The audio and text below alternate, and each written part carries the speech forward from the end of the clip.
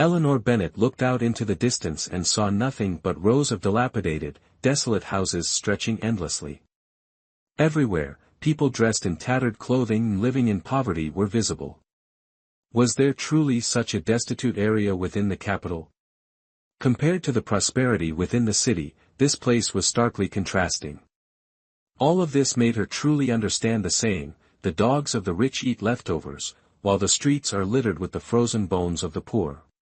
But why had he brought her here? Eleanor Bennet looked at Charles King, who stood just a step away, with confusion. His robe fluttered in the wind, and the usual coldness in his eyes was replaced by a hint of sorrow, a kind of sorrow that made one's heart ache. "Eleanor Bennet, what you're seeing now is the truest face of Britain. They once had homes and their own farmland. They could have lived peaceful, stable lives. But ever since the Carter family began seizing land and fields from the people, everything changed.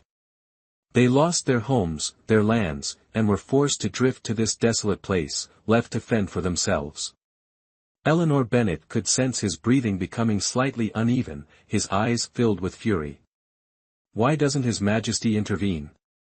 Why does he allow the Carter family to act so recklessly? Eleanor Bennet didn't understand. Alexander King didn't seem like a tyrant, so why did he tolerate the Carters? Do you really think he's a wise ruler? A glint of disdain flashed in Charles King's eyes. Eleanor Bennet could feel that the relationship between him and Alexander King was far from harmonious, contrary to the rumors. "Charles King, you..."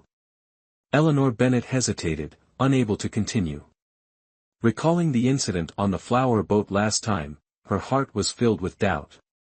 "Do you know why Chris Carter was made Duke of Stirling, leading the three great ministers? It's not because he had great merits for the state, but because he helped my father kill my father, harm my brother, and seize the throne." Charles King's words shocked Eleanor Bennet, revealing that in the face of power, people can truly become so ruthless. The Carter family has been brazen and unrestrained for years because of this reason. The people in this city are all victims of the Carter family's land grabbing, and what she saw today is just the tip of the iceberg. "I cannot let the Bryn kingdom be ruined by an outsider's influence," Charles King exclaimed, striking the city wall forcefully, causing the stone to crack. "So you want to obtain David King's records to overthrow the Duke of Stirling?" Eleanor Bennet continued his thought aloud. "Charles King, you claim the Duke of Stirling is greedy and cruel, but what about you? Just one of your estates could provide these people with a stable life." Eleanor Bennet knew that none of them truly cared for the people, it was merely a political struggle. "Eleanor Bennet, what you see may not be the truth. I don't need to explain myself to you." Charles King, slightly angered, prepared to leave. "Charles King, if you get the records, can you really bring the Duke of Stirling's faction to justice and let these people live peacefully?" Eleanor Bennet looked at his retreating figure, deciding to trust him once. "I will make it happen." Charles King stopped, responding firmly. Eleanor Bennet gazed at the setting sun, her heart filled with turmoil. She understood the significance of Charles King bringing her to this place. "Charles King, release David King. Only by giving him a glimmer of hope can you achieve what you desire. Keeping him imprisoned is as good as killing him, utterly pointless. Eleanor must be his last trusted aide, and she is surely fleeing with the records now. Only David King knows where she is hiding. David King is not foolish, he will surely recognize this as a trap." Charles King expressed his doubts about Eleanor Bennet's plan. "Charles King, this is what you must consider. Even the most secure prison has its weaknesses. Can all of David King's confidants truly be eliminated in one night?" Eleanor Bennet spoke cryptically, knowing Charles King would understand. Eleanor Bennet left the city tower, a slight smile appearing on Charles King's face. Her thoughts were indeed delicate, but unfortunately, she was just a woman. Eleanor Bennet and David King got into the carriage, leaving the place. Eleanor Bennet kept looking out the window, her eyes following the poorly dressed, struggling people, her heart heavy. Can such a situation really be changed by eliminating a few corrupt officials? Perhaps the Bryn sky truly needs change. Eleanor Bennet glanced at David King, wondering if he could be that clear blue sky. David King noticed Eleanor Bennet's gaze, filled with expectation yet strangely pure and innocent. David King, I want to go back to the Bennet residence. Eleanor Bennet said, lowering her head awkwardly, aware she had been somewhat out of line earlier. Blood Shadow, to the Bennet residence. Eleanor Bennet was surprised he agreed, looking up in astonishment, catching his deep gaze. Both quickly looked away, remaining silent for the rest of the journey. The carriage stopped in front of the Bennet residence, and the butler, recognizing it as the carriage of the Duke's residence, hurriedly sent someone to fetch Arthur Bennet. Eleanor Bennet got off first, seeing the butler respectfully waiting outside. Miss, you have returned. The butler bowed, occasionally glancing at the figure inside the carriage. Eleanor Bennet turned, seeing Charles King with a cold expression sitting inside, not intending to step out. At this moment, Arthur Bennet rushed over, shocked at the sight of the carriage behind Eleanor Bennet, quickly kneeling to pay respects. Arthur Bennet was taken aback when Charles King personally escorted Eleanor Bennet back to the mansion, leaving him somewhat unsure of how to react. My Lord Bennet, please rise. No need for such formalities.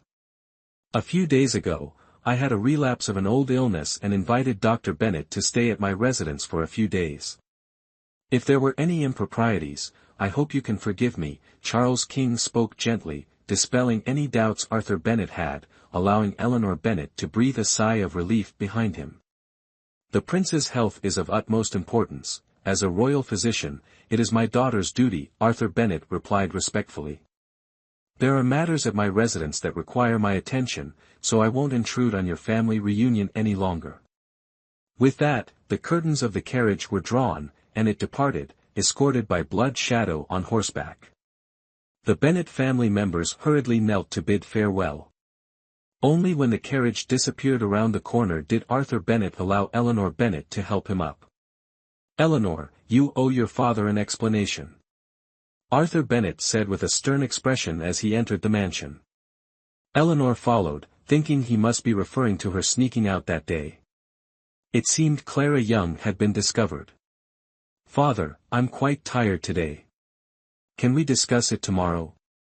Eleanor Bennet had finally escaped Charles King's watchful eyes and now just wanted some peace, not in the mood to address her father's suspicions. Very well, Eleanor, go rest in your room, Arthur Bennet said, looking at her with a hint of doubt. Was she still his daughter? Eleanor bowed and excused herself, heading to her room, leaving Arthur Bennet confused. Between Prince Charles and Prince Edward, whom did Eleanor care for? He had a good sense of Prince Edward's intentions, but Prince Charles remained a mystery. As Eleanor returned to her room, she found Clara Young anxiously pacing outside. This young maid must have told Arthur Bennet everything. Luckily, Eleanor hadn't confided in her. With such a timid nature, Clara couldn't be relied upon in the future. Miss. You're back. Clara Young exclaimed, tears welling up in her eyes. All right, go to your room. Eleanor Bennet entered the room and immediately collapsed onto the large bed she had always longed for, not wanting to leave it for a moment. Clara Young, I want to bathe. Eleanor Bennet looked up at the canopy above the bed, feeling like all she wanted was to sleep. Miss, Clara Young will prepare it right away. Clara Young hurriedly left, and the room instantly became quiet. Eleanor Bennet couldn't help but recall the scene at the North Tower. Today, she clearly sensed that the relationship between Alexander King and David King was far from harmonious as rumored. Alexander King's sinister and malicious nature was completely hidden by his saintly appearance. Eleanor Bennet suddenly thought of the mysterious deaths of concubine Violet and the Empress. Could all these be related to Alexander King? Alexander King was not born of the Empress Dowager. Back then, the Carter family dared to risk the crime of treason to help Alexander King seize the throne. So, what promises did Alexander King make? Alexander King could mercilessly kill David King, yet he did nothing to the Carter family. Was it simply because there was no evidence? If one wanted to accuse, finding a reason wouldn't be difficult, especially since the Carter family was indeed guilty of numerous crimes. Could it really be so hard to uncover some clues? Or perhaps the Carter family held some leverage over Alexander King. Eleanor Bennet pondered this complex relationship, but every thread seemed to be severed. Maybe she truly had to search for clues herself. Miss. Clara Young called out several times beside Eleanor Bennet, but there was no response. Miss. Clara Young panicked and gently shook Eleanor Bennet, who was lying on the bed, startling her awake. Clara Young, you scared me to death. Eleanor Bennet sat up, removed her clothing, and stepped into the warm bath. Miss, what happened to you? Why are there so many bruises on your body? Clara Young looked at Eleanor Bennet's chest in astonishment and asked. Perhaps I've been eating too much seafood lately and had an allergic reaction. Clara Young, you mustn't tell anyone about this. Eleanor Bennet quickly covered her chest with a handkerchief, her face flushed. She suddenly realized her body was covered with love marks left by Charles King from that night. Fortunately, Clara Young was still naive and probably wouldn't realize it. Clara Young, is Mother in the residence? Eleanor Bennet hurriedly changed the subject, submerging herself entirely in the water. The madam is in the residence. Clara Young, seemingly unaware of Eleanor Bennet's odd behavior, scattered flower petals into the water. Go to the Buddhist temple and tell Mother that I've returned. Tell her I will visit her tomorrow morning to pay my respects. Assure her not to worry. Thinking of Madam Bennet, Eleanor Bennet couldn't help but feel a pang of guilt. Right away, miss. Clara Young responded and left. Watching her leave, Eleanor Bennet emerged from the water. Looking at the pitiful marks on her body, she couldn't help but silently curse Charles King as a devil. He had almost devoured her completely. In this era, she would have been considered impure. Luckily, she was a modern woman, and this didn't mean much to her. She decided to think of it as being bitten by a dog. At this thought, Eleanor Bennet couldn't help but laugh. He was indeed a devilishly handsome dog, capable of making anyone lose their senses. Eleanor Bennet stood up and changed into clean clothes. She quickly snuggled into the warm blankets. By this time, Clara Young had returned and, seeing Eleanor Bennet's hair still wet, couldn't help but nag a little. Miss, you'll catch a cold like that. Clara Young helplessly looked at Eleanor Bennet, then climbed onto the bed to dry her hair. Clara Young, let's sleep together tonight. Eleanor Bennet sat up, her long eyelashes fluttering. Miss, how can that be? Clara Young looked at Eleanor Bennet playfully, feeling a bit flustered. Why not? Sleeping together will be warmer. Eleanor Bennet pulled Clara Young under the covers, feeling as if she had returned to her college days. Back then, she and Amelia Grant often shared a bed, chatting and joking. She never saw Clara Young as just a servant, but more like a sister. Although she couldn't share everything with Clara Young, she always wished for a good sister. This world has too many burdens she couldn't accept. She was trying to adapt, but her heart grew lonelier. Sometimes, living a simple life is a kind of happiness. After some playful moments, Eleanor Bennet and Clara Young both fell into a deep sleep. Chapter 40, Canceling the engagement in the silent peach blossom manor, the cold wind rustled the branches, creating an eerie atmosphere. Several shadows flickered in, breaking the silence. Mark pays respects to the sect leaders. A man in black knelt down to salute. Mark, you've worked hard these past years while hiding beside the Crown Prince, said Blood Shadow, the head of the Cold Shadow sect. Mark is willing to sacrifice for the Cold Shadow sect, the man replied with a determined expression. Mark, you have a new mission now. Illusion spoke up. Please instruct me, sect leader. Mark glanced at Illusion, a sense of doubt rising in his heart. It was rare for all four sect leaders to appear at once. Could a major event be approaching? Where is the master? Charles King glanced around but did not see Grandmaster Anthony. He went out this morning and hasn't returned yet, Daniel Moore replied casually. How are your injuries? Charles King wasn't sure when their relationship had become so distant. At least I'm not dead yet. Daniel Moore laughed, acknowledging the growing distance between them. Senior brother, go back to the snow mountains. Your nature doesn't suit this place full of schemes. Charles King's tone was much more gentle, offering advice rather than giving orders. Charles, you know that's impossible. Wherever she is, I will be there. Daniel Moore did not hide his admiration for Eleanor Bennet. Senior brother, there's absolutely no chance between you and her. Let it go. Charles King's tone carried a hint of warning, and any trace of goodwill from moments ago had completely vanished. Daniel, listen to Charles. Come back to Snow Mountains with me. Grandmaster Anthony, who had returned unnoticed, seemed to have overheard their entire conversation. This young lady was truly remarkable, managing to captivate both of his disciples. Master, Daniel Moore looked at Grandmaster Anthony in shock, not expecting him to fail to understand his feelings either. Daniel, the young lady from the Bennet family is certainly not destined for you. Don't hold on to this anymore, Grandmaster Anthony interrupted Daniel before he could finish, as if he already knew everything. Master, tomorrow you should take senior brother back to Snow Mountains. Charles King hadn't anticipated that Grandmaster Anthony would share the same view as him.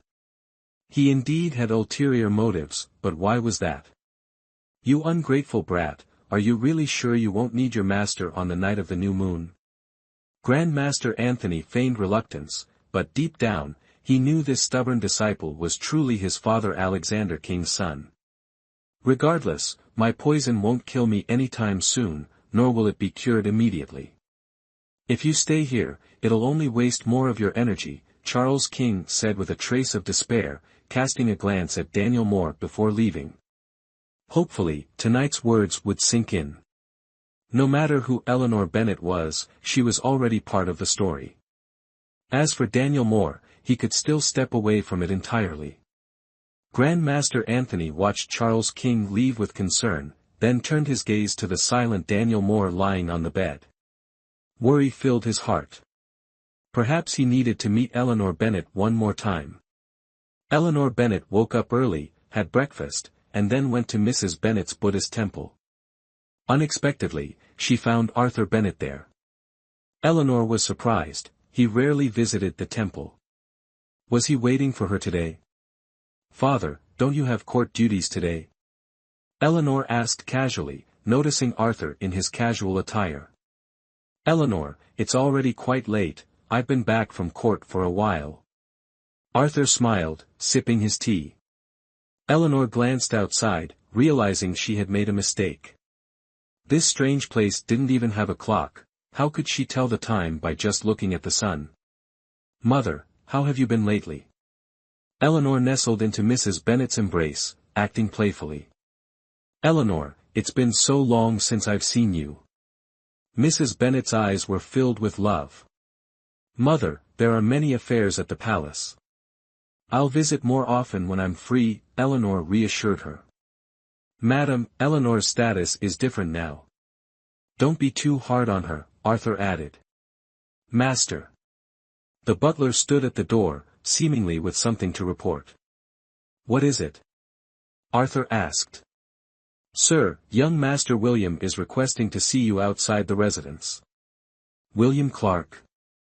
Arthur was startled, showing displeasure as he glanced at Eleanor.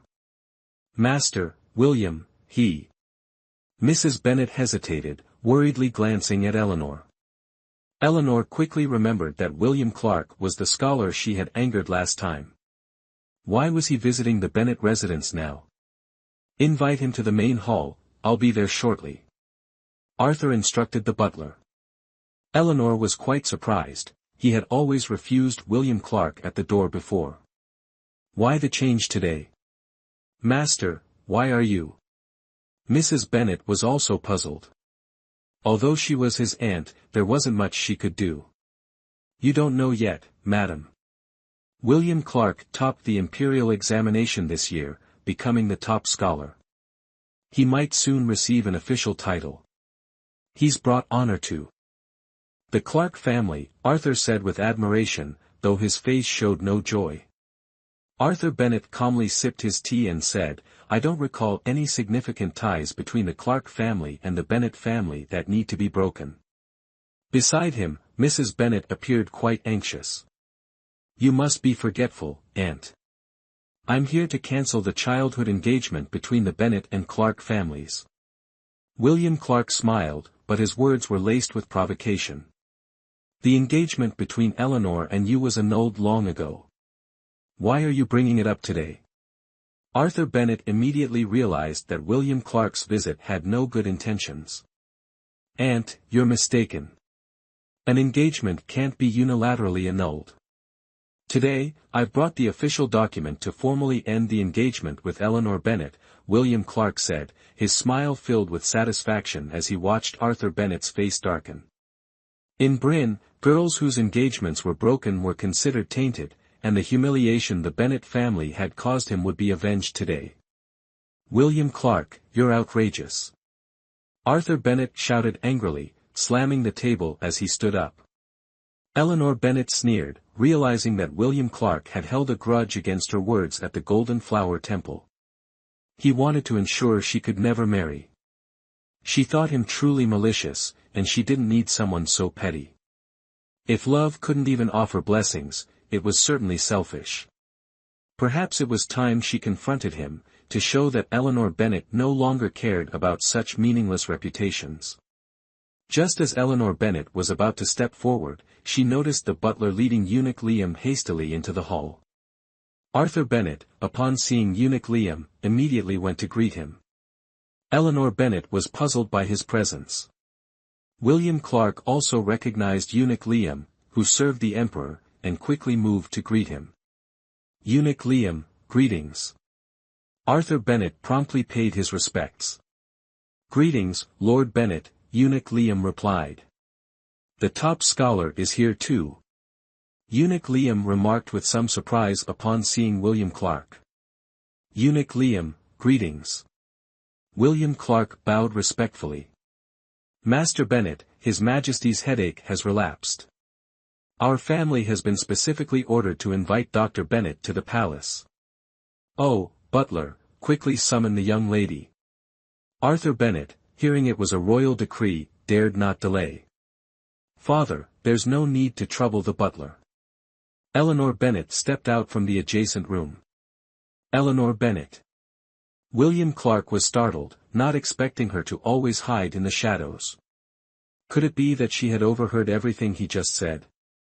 Eleanor Bennet merely cast him a glance, her eyes carrying a hint of disdain. "Eunuch Liam, Eleanor Bennet greets you."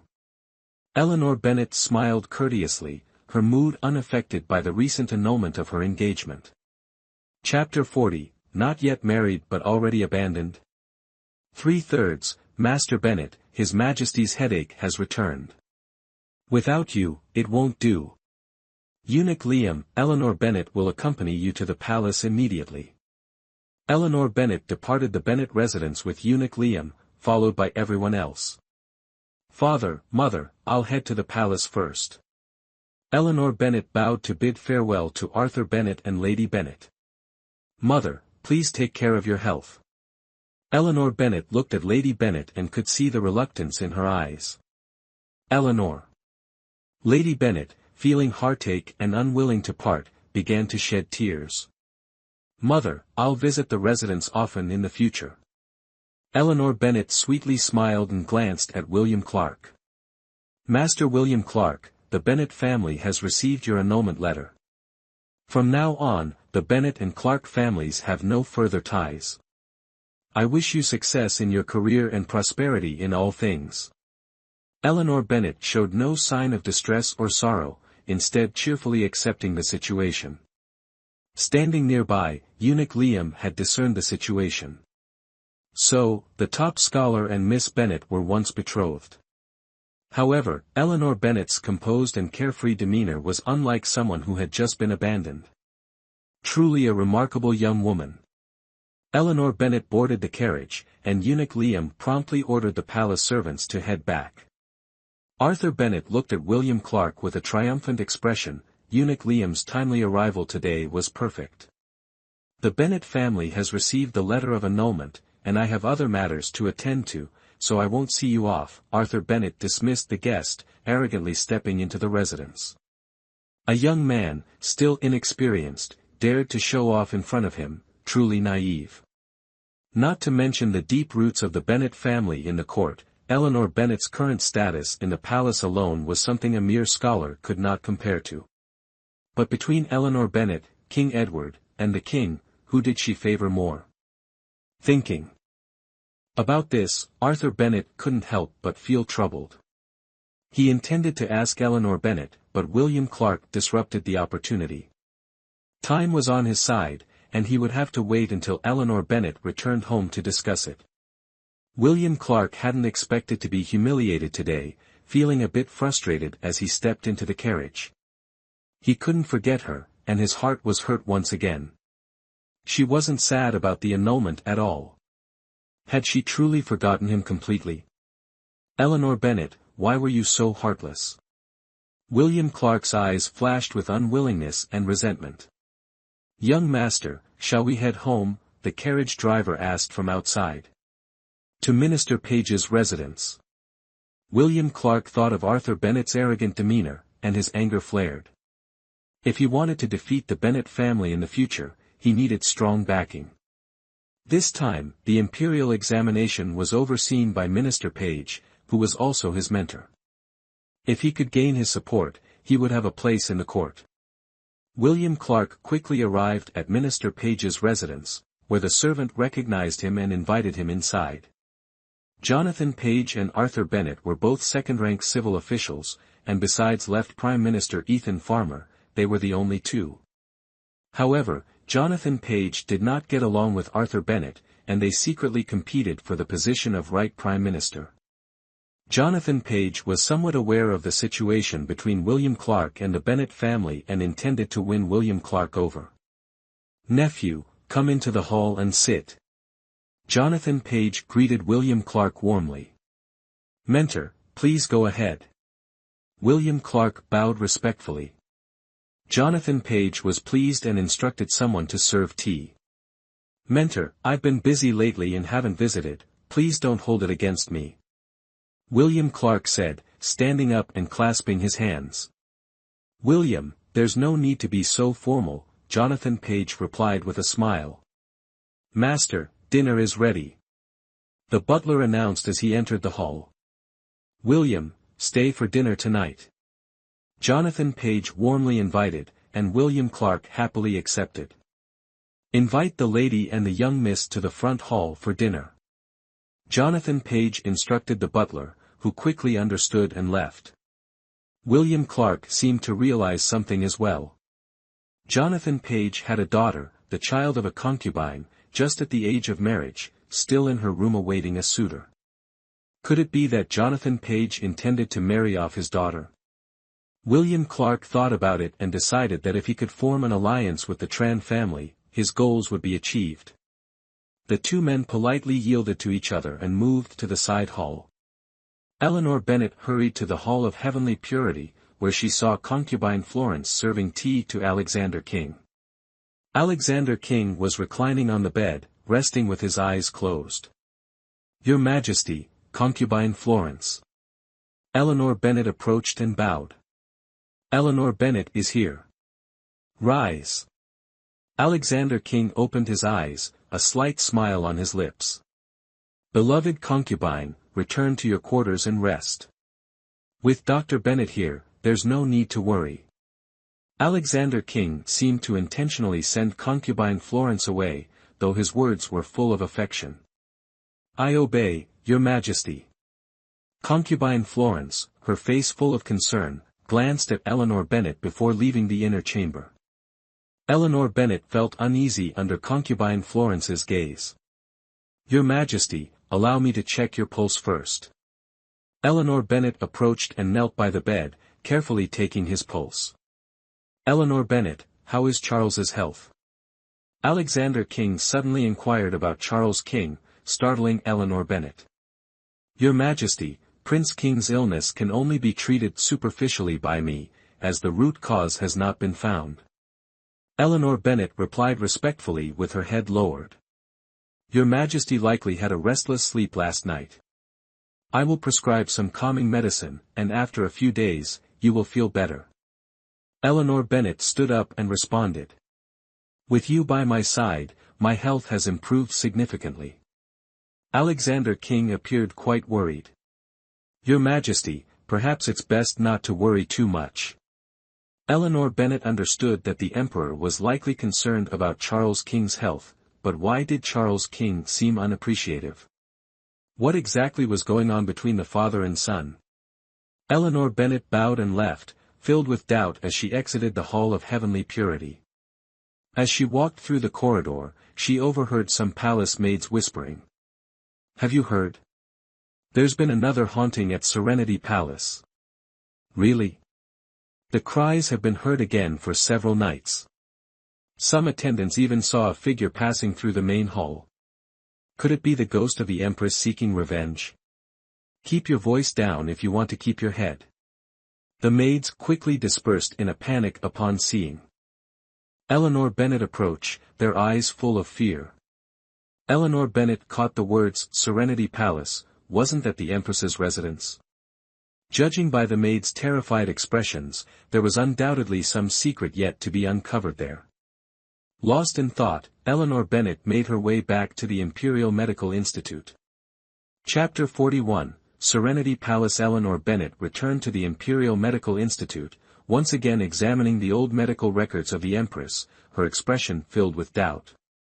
Calculating the timeline, it seemed that the poison affecting Charles King only emerged after the Empress's death, and at that time, Charles King was just a child. Why would someone inflict such a cruel poison on a child? Could the mysterious death of the Empress have been caused by the same person? Serenity Palace, a forbidden area within the palace and even the court, what secrets did it hide all those years ago? Eleanor Bennet pondered, deciding to visit Serenity Palace tonight to uncover the truth. In the dead of night, even the moon hid behind clouds, casting an eerie veil over the already deserted Serenity Palace. Eleanor Bennet, dressed in servant attire, quietly walked along the corridors of Serenity Palace. The courtyard was overgrown with wild grass, desolate and abandoned. This desolation resembled more of a tomb than the Empress's quarters. Occasionally, the cries of cats sent shivers down Eleanor Bennet's spine. The shadows of trees swayed in the wind, resembling ghostly figures. If Alexander King truly cherished the Empress, why was her residence left in such neglect? Eleanor Bennet realized that perhaps everything was a facade, the supposed love and paternal affection might not compare to the pursuit of imperial power. The more she thought, the more she felt enveloped in layers of conspiracy and mystery. Eleanor Bennet entered the main hall and noticed a slightly ajar door. Inside, it was pitch black and cold, causing her to feel a twinge of fear. She did not believe in ghosts, but the atmosphere made her hesitate. After a moment's pause, she gently stepped inside. At that moment, the clouds parted, and moonlight streamed in. The cold moonlight illuminated the room, allowing Eleanor Bennet to see the furnishings covered in thick dust, and the curtains exuded a musty smell. Covering her nose, she proceeded into the inner chamber. There, she found a large antique pear-wood bed, its green curtains drawn, obscuring the view inside. Beside the bed stood a silk screen depicting a beautiful woman holding a feather fan. The woman had willow-like eyebrows, a high bun, red lips, and skin as white as jade. Eleanor Bennet paused, staring at the woman in the painting, feeling a sense of familiarity. Her attention was drawn to some lines inscribed on the screen, "Who watches the bright moon during mid-autumn?" The west wind chills as rain falls on the sycamore, the frail body grows heavier, hearing the lamentations outside, the cricket's song by the grass, echoing through the paper window, presenting a long, melancholic dream. Eleanor Bennet silently read these lines, recognizing them as a poem, each word laden with sorrow. The writer's deep melancholy resonated with her, affecting her mood. In this Serenity Palace, there existed such profound sadness. She slowly approached a phoenix-carved dressing table, though covered in dust, the golden phoenixes on the bronze mirror still shone. The table was cluttered with cosmetic boxes, their original colors faded. Eleanor Bennet opened a powder box, releasing a delicate fragrance. The scent was unique, rich yet not overpowering, elegant yet vibrant. It was a fragrance she had never encountered in the palace. Eleanor Bennet slipped the powder box into her sleeve, suspecting it was a personal belonging of the Empress. Often, only unique items provided opportunities for exploitation. Eleanor Bennet was deep in thought when she heard a commotion outside the chamber. Startled, she quickly hid behind the bed. Through the curtain, she saw a dark figure enter. Eleanor clutched her chest, trying to calm herself. The figure stepped into the inner chamber and stood motionless before the screen. Eleanor could tell it was a man, his face completely obscured by a black cloak. She breathed lightly, afraid to alert him. Her mind was filled with questions. Why was this person sneaking into Serenity Palace in the dead of night, and who was the beauty on the screen that held his attention for so long? At that moment, the moonlight was obscured, making Serenity Palace even darker. The silence was so profound it seemed one could hear a pin drop. Eleanor nearly held her breath, fearing to disturb the man in black. He seemed to sense something, gazing intently towards the bed. Eleanor hugged her wildly beating heart, not daring to look out. She knew that if discovered, escape would be nearly impossible. The man in black slowly approached the curtain, and Eleanor knew she had been found. She closed her eyes, awaiting her fate. Suddenly, a flute-like sound echoed from outside, resembling a mournful cry. No wonder some palace servants mistook it for a ghostly wail. The man in black quickly darted outside, and Eleanor couldn't help but sigh in relief. She remained motionless, listening intently to the outside. Soon, the sound ceased. Eleanor cautiously approached the window to assess the situation outside. The man in black was standing outside the chamber, his face still obscured. "So, you have come," the man in black addressed the deserted courtyard. Eleanor looked out but saw no one. "On her memorial day, I must come." As soon as these words were spoken, Eleanor saw another dark figure emerge from the shadows beneath a tree, also clad in black with a silver mask. Memorial Day. Eleanor was puzzled by these strange words, unable to discern the identities of the two individuals. This was the late Empress's chamber, perhaps the person was the late Empress. Eleanor's mind was in turmoil, her intuition telling her this was a love triangle entwined with dark schemes. "Since you dare to come, today will be your death." The man in black leaped forward, engaging in a fierce battle with the masked figure. Their fight was intense, seemingly evenly matched. Eleanor watched the lethal moves of the man in black, his murderous intent palpable. After dozens of exchanges, the man in black began to falter, struck by a powerful blow from the masked figure, causing him to stagger back several steps. "I won't let you die easily. The pain you caused me over the years, I will repay tenfold." The masked figure laughed loudly before vanishing. At that moment, several men in black rushed in from the courtyard, kneeling before the injured man in black. "Master. Should we pursue?" "No need." The man in black glanced at the unpredictable dark clouds on the horizon before hastily leaving Serenity Palace. Eleanor Bennet watched the dangerous scene that had just concluded, unable to comprehend it. To come and go freely in the heavily guarded palace as if it were uninhabited, this person's martial arts must be profound and unfathomable. The two seemed to have a deep-seated grudge, possibly tied to complicated emotions involving the former owner of Serenity Palace. To truly understand the entanglements, one would need to uncover what happened 10 years ago. Eleanor Bennet sneaked out of Serenity Palace, using the cover of night to return to the Imperial Medical Institute. She retrieved the pulse records from years ago but still found no clues. Suddenly recalling the powder she had brought back, she hurriedly used a silver needle to test it, only to be disappointed as the powder was not poisoned. However, she remained convinced that the Empress had indeed died from poisoning. Currently, Serenity Palace had become a taboo subject in the palace, making it nearly impossible to glean information from the older servants. Eleanor Bennet sat until dawn, and after preparing herself, she quickly ate breakfast and headed to the Hall of Heavenly Purity to check the Emperor's pulse. Passing through the imperial gardens, she saw Lady Li, the head of the palace, scolding several palace matrons under the corridor. Eleanor Bennet deliberately walked through this corridor and bowed upon seeing Lady Li. "So it's Lord Bennet. I pay my respects." Lady Li appeared somewhat puzzled, as Eleanor Bennet usually did not interact with her and seemed to have come here deliberately today. "Lady Li, please accept my greetings," Eleanor Bennet said with a smile. "Is Lord Bennet on the way to the Hall of Heavenly Purity to check the Emperor's pulse? I dare not delay you, and I hope to invite you for tea at the Palace Bureau another day." Lady Li seemed reluctant to converse further with Eleanor Bennet. Why is Lady Li so angry this early in the morning? Eleanor Bennet looked at the matrons kneeling on the ground but did not hurry to leave. The Empress Dowager will return next month, and the Emperor has ordered a welcoming banquet, but these palace workers have failed to properly prepare, damaging the glazed lamps meant for the Empress Dowager's blessings. Lady Li was curious why Eleanor Bennet was suddenly interested in palace affairs. They are all elderly palace workers, such negligence is understandable. No wonder Lady Li is upset. Such intricate items must require a lot of effort to craft. Eleanor Bennet observed the broken lamps beside them, which were indeed exquisite.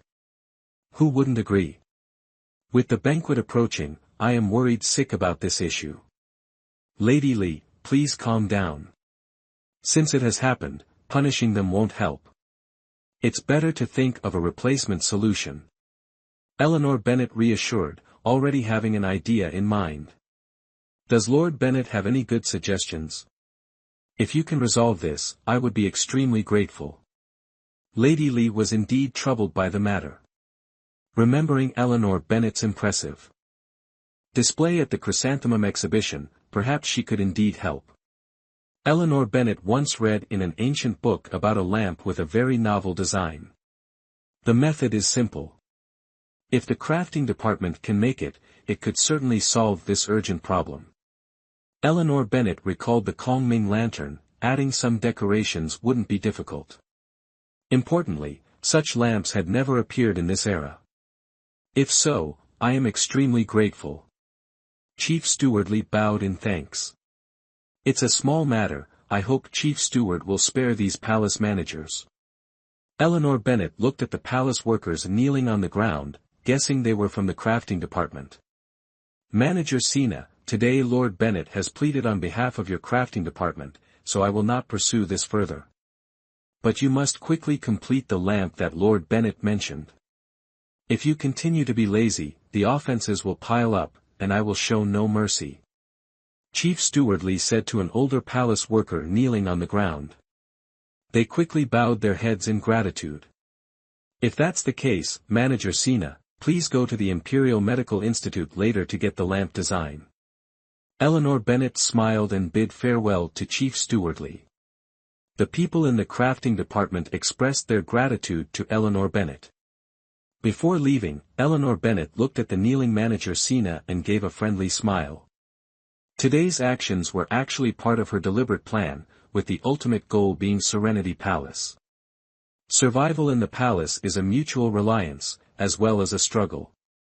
Today she helped the crafting department out of trouble, merely sowing a seed of goodwill. Eleanor Bennet leisurely walked to the Hall of Heavenly Purity but did not see Eunuch Liam. She stood waiting outside the hall for an announcement. A moment later, a eunuch emerged. Eleanor Bennet looked several times, feeling this person was unfamiliar. Lord Bennet, the Emperor has decreed that you don't need to check the pulse today. Lord Bennet, please return. Eleanor thanks the eunuch.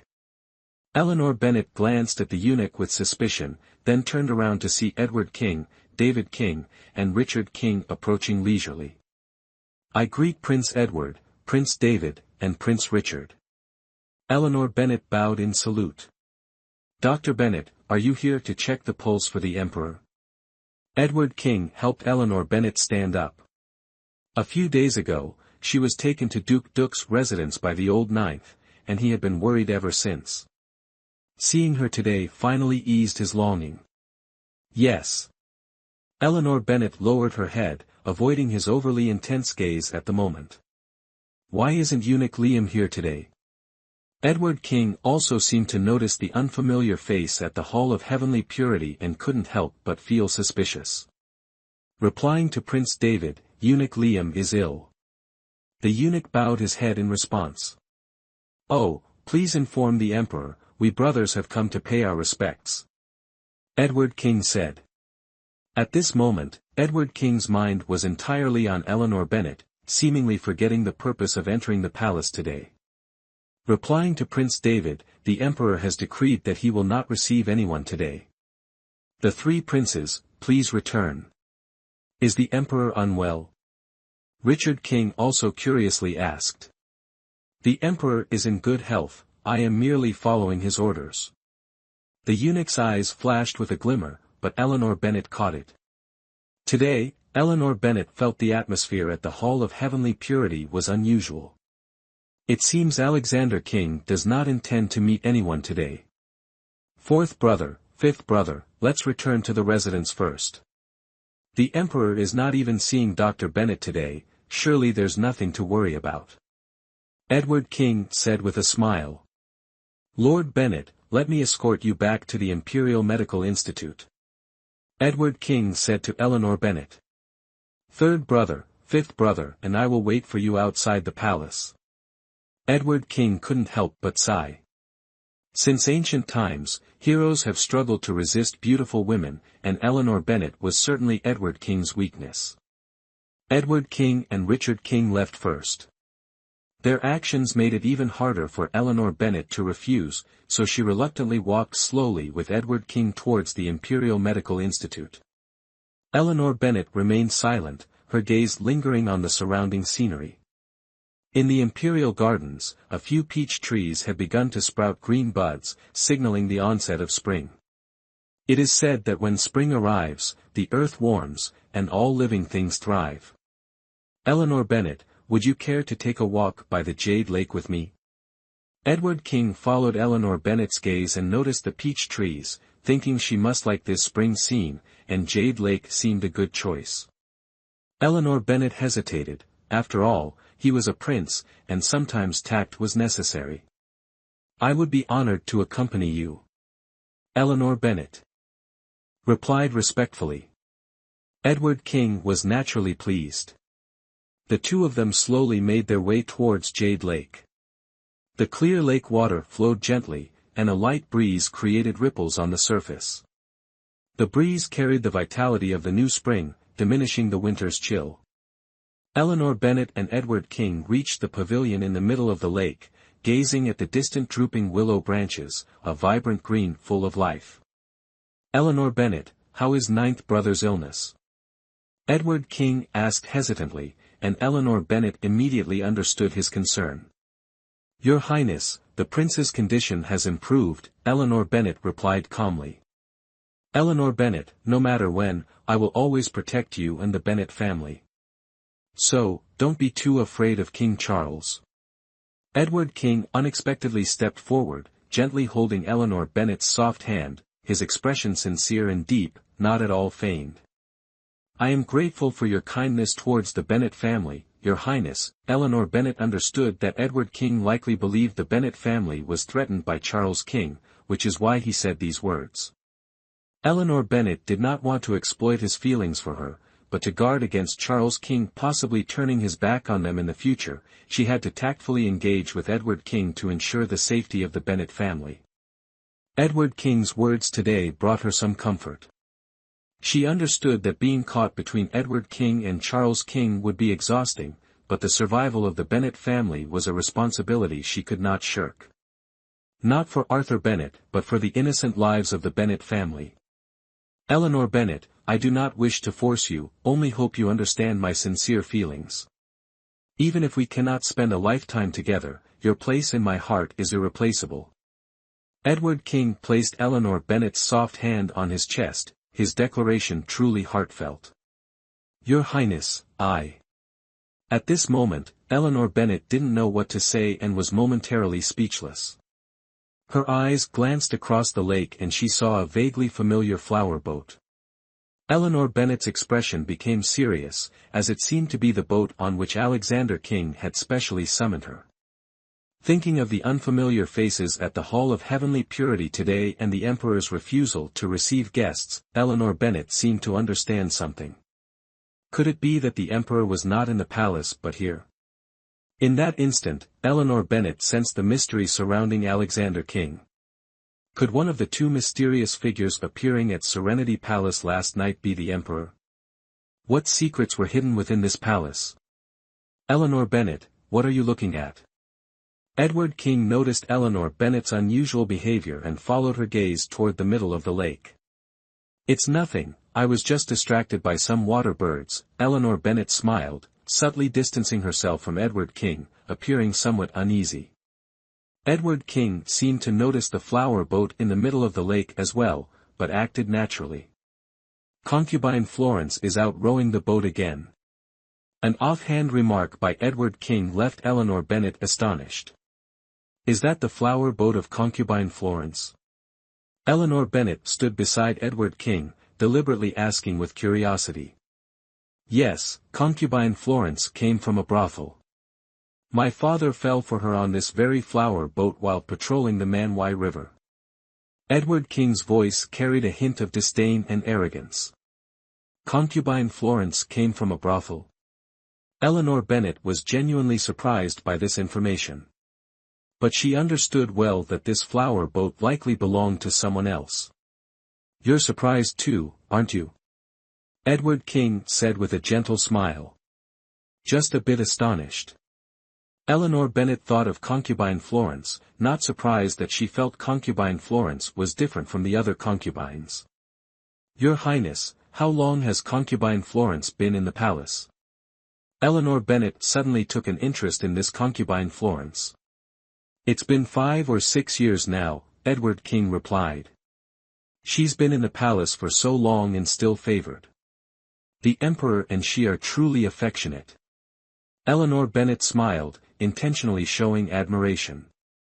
Humph, women from brothels are best at enchanting men, my father is merely captivated by her beauty. Edward King seemed indifferent, clearly disliking Concubine Florence. Eleanor Bennet didn't respond further. She understood why Edward King felt this way. Concubine Yun was once the Emperor's favorite. Being the son of Concubine Violet, he naturally resented all the women loved by the Emperor.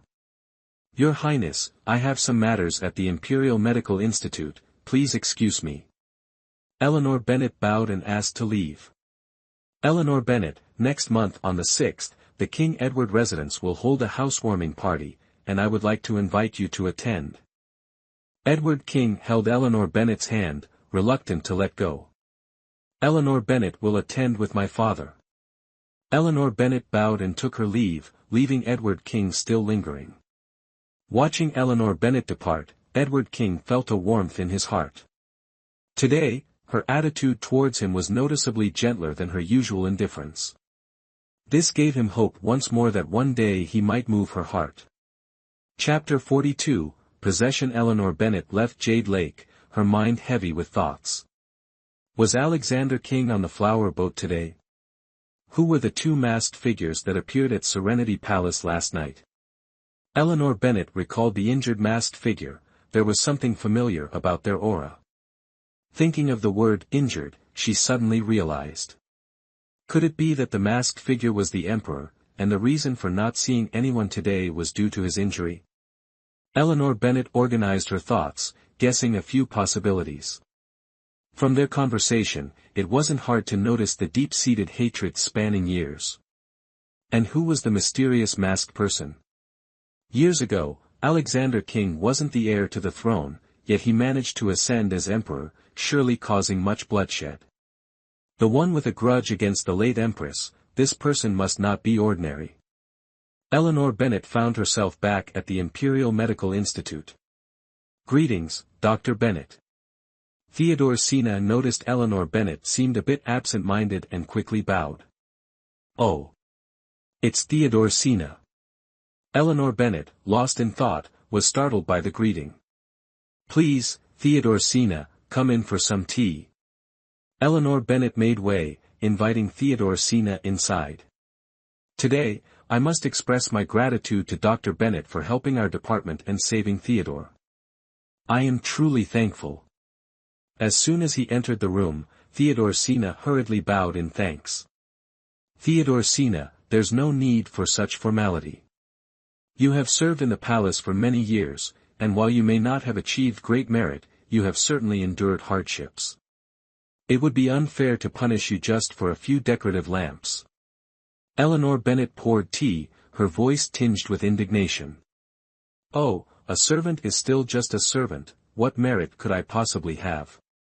Theodore Sina's voice carried a hint of helplessness mixed with some resentment. Theodore Sina, you are a person of great virtue and prestige, and Eleanor Bennet holds you in high regard. Eleanor Bennet smiled warmly as she offered tea.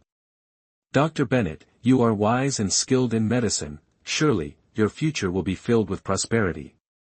Theodore Sina accepted the cup of tea. Theodore Sina, you flatter me. Now, Eleanor Bennet will draw some lamp designs, please wait a moment. Eleanor Bennet left her seat and went to the desk. Theodore Sina expressed his gratitude once more, then sat quietly watching Eleanor Bennet as she began to draw. Eleanor Bennet sketched several lamp designs based on the principles of Kongming lanterns and handed them to Theodore Sina. As he examined them, a look of doubt crossed his face. Dr. Bennet, isn't this design too simple? Theodore Sina was surprised at how plain the lamp designs were, lacking any intricate patterns. Theodore Sina, these lamps can be made with silk, but the lamp body must be light. Just follow Eleanor Bennet's design, and she will guide you through the process. Eleanor Bennet understood Theodore Sina's concerns. Oh, in that case, I will go and start working on it immediately. I take my leave. Although Eleanor Bennet was slightly worried, she had witnessed Eleanor Bennet's exceptional intelligence, which was truly uncommon. Eleanor Bennet sees Theodore Sina out. Eleanor Bennet escorted him to the door of the Imperial Medical Institute. As the sunset painted the horizon, Eleanor Bennet suddenly thought of Daniel Moore. She wondered if he was feeling better. Standing amidst the twilight, she appeared so solitary. She was destined to be caught in this whirlpool of struggles, but Daniel Moore could escape it. Why should she drag another person into this suffering with her? If they were soulmates, how could she bear to let him be ensnared in this misery? Eleanor Bennet returned to her room, changed into her female attire, and headed towards Radiant Sun Gate. She still wished to see him once more, to offer her sincere apologies. Eleanor Bennet left the palace alone, walking for about an hour until she reached Harmony Hall. To her surprise, the shop was tightly closed. Standing on the stone steps, she gazed at the signboard, her heart heavy with worry. Had he returned to the snow mountains? Eleanor Bennet slowly walked along the street, watching the last rays of twilight disappear as the sky gradually darkened. The roadside stalls began to pack up, and the shops on both sides started closing. Cooking smoke lingered in the distance, and a crescent moon hung in the eastern sky. With a heavy heart, Eleanor Bennet returned to the Bennet residence. As soon as the servants saw her, they hurried inside to report. Eleanor Bennet had just reached the main hall when Arthur Bennet rushed out. Eleanor, why are you home so late? Why didn't you inform the household so someone could pick you up? Arthur Bennet looked at Eleanor Bennet, his face full of concern. Today, there was nothing to do at the Imperial Medical Institute, so I came to visit you and Mother. Eleanor Bennet replied with a forced smile. Ah, steward, have the kitchen prepare some of Eleanor's favorite dishes. Arthur Bennet instructed the steward, who nodded and left. Father, I'm going to the Buddhist temple to visit Mother. Eleanor Bennet bowed to Arthur Bennet and headed towards the back courtyard. Mrs. Bennet was overjoyed to see Eleanor Bennet home. After asking her a few questions, she couldn't help but feel worried. Mother, what's wrong? Eleanor Bennet nestled against Mrs. Bennet's lap, acting playfully. Eleanor, you're grown up now, it's time to think about marriage. Mother, why bring this up? Eleanor, now that the Clark family has broken off the engagement, it's not ideal for a young lady like you. It's all because your father was greedy for wealth and insisted on canceling it. I'm truly worried now. Mrs. Bennet sighed, looking troubled. Mother, I won't marry. I'll stay by your side. Eleanor Bennet reassured her, genuinely in no hurry to wed. Silly girl, a woman eventually needs to find a safe haven. I can't let you miss your prime years. Mother, when it comes to love, I'll leave it to fate. Eleanor Bennet said cheerfully, unconcerned. Madam, miss, dinner is ready, the butler called from outside the door. Mother, let's go have dinner. Eleanor Bennet helped Mrs. Bennet out of the Buddhist temple, and they walked affectionately towards the dining room. Several maids were attending outside the hall. Arthur Bennet sat at the head of the table, sipping wine. Father. Eleanor Bennet greeted him with a slight bow and then sat next to Mrs. Bennet. Eleanor, all your favorite dishes are here. Eat plenty. Arthur Bennet said fondly. Thank you, Father. Eleanor Bennet began eating, occasionally serving food to Mrs. Bennet. The family was harmonious and joyful. A servant hurriedly entered the dining room, whispered something to the butler, and quickly left. The butler stepped in to report. Master, the steward from Prince Charles's residence is here to see you. Oh. Invite him in. Arthur Bennet put down his chopsticks, rinsed his mouth, and went to the main hall. Hearing about Prince Charles's residence, Eleanor Bennet couldn't help but feel tense. David King truly never let her have a moment's peace. Seeing the sky already dark, she suddenly understood. Tonight was a new moon night, and the steward must be here for her. Eleanor, why aren't you eating anymore? Mrs. Bennet asked, looking at Eleanor Bennet with concern. Mother, perhaps Prince Charles's residence is requesting my assistance. I've finished eating. Eleanor Bennet rinsed her mouth and prepared to head to the main hall. Eleanor, I've heard that Prince Charles has a gloomy and peculiar temperament. You must be careful while attending to him, Lady Bennet said with concern. Prince Charles had been ill for over 10 years, and Eleanor Bennet's reputed miraculous medical skills were uncertain. Lady Bennet feared she might cause trouble. Mother, I understand, please don't worry. You should rest early, Eleanor Bennet reassured Lady Bennet before heading to the main hall. Eunuch Doan was having tea with Arthur Bennet and quickly paid his respects upon seeing Eleanor. Dr. Bennet, we came to the palace to invite you, and only learned today that you returned home, so we hurried here. Eunuch Doan said respectfully. Eunuch Doan, you're too kind. Is Prince Charles unwell? Eleanor had already guessed she wouldn't be able to avoid this visit today. Indeed, His Highness is unwell, which is why we are troubling you now. Dr. Bennet, please come with us. All right. I will change and accompany you, Eleanor Bennet said, excusing herself to her room. Clara Young, aware that Eleanor had to visit the prince's residence, felt her good mood plummet. Miss, why are you always in such a rush every time you return home? Clara Young fetched a dark blue gown with a short jacket embroidered with golden flowers for Eleanor. She tied Eleanor's long hair into a simple bun with a magnolia wood hairpin, giving her an elegant look. Miss, I heard Prince Charles has a strange personality, unpredictable like the weather. Please be careful. Clara Young, having heard rumors about Prince Charles, naturally worried for Eleanor. Clara, don't worry. I'm just going to treat a patient. Eleanor thought of Charles King's icy face and couldn't help but feel helpless. Miss, I still think Prince Edward is more approachable. Clara Young beamed with joy. So, Clara, you fancy Prince Edward? Perhaps I should mention it to him and have him take you as a concubine. Eleanor teased, causing Clara's cheeks to blush like an apple.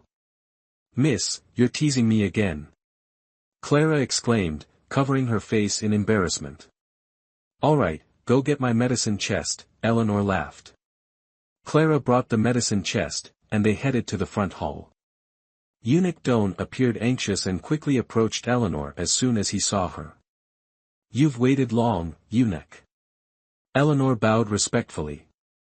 Dr. Bennet, let's go. I'm truly grateful for your help, Eunuch Doan said, his eyes lighting up at Eleanor's attire. The Bennet daughter was indeed a beauty, no wonder the prince treated her specially. Eunuch, you're too courteous. I bid you farewell, Arthur Bennet said kindly. Master Bennet, please, Eunuch Doan smiled, stepping out with Arthur Bennet. Upon reaching the outside of the residence, she saw a finely crafted carriage accompanied by several dozen guards.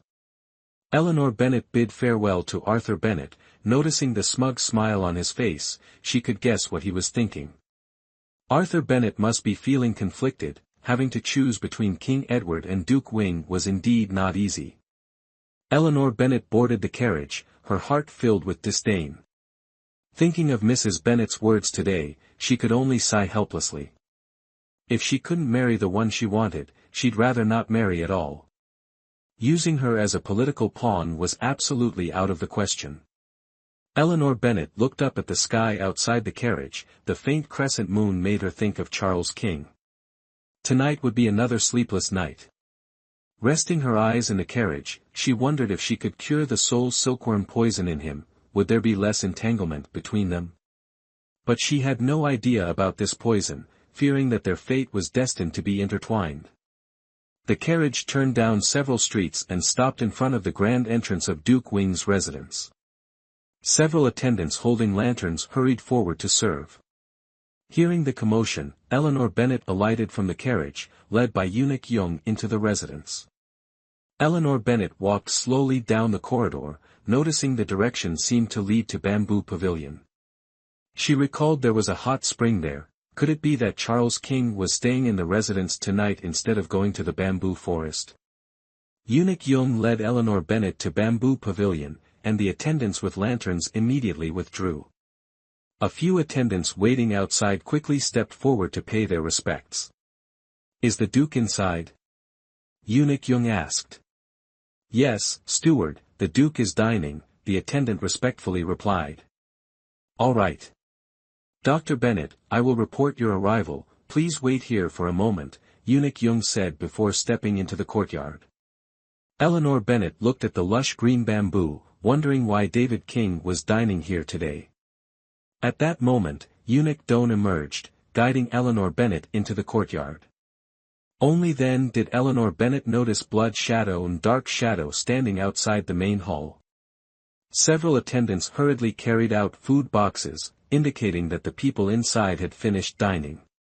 Dr. Bennet, the Duke only permits you to enter alone, I shall take my leave. Eunuch Doan's somewhat ambiguous smile made Eleanor Bennet uneasy.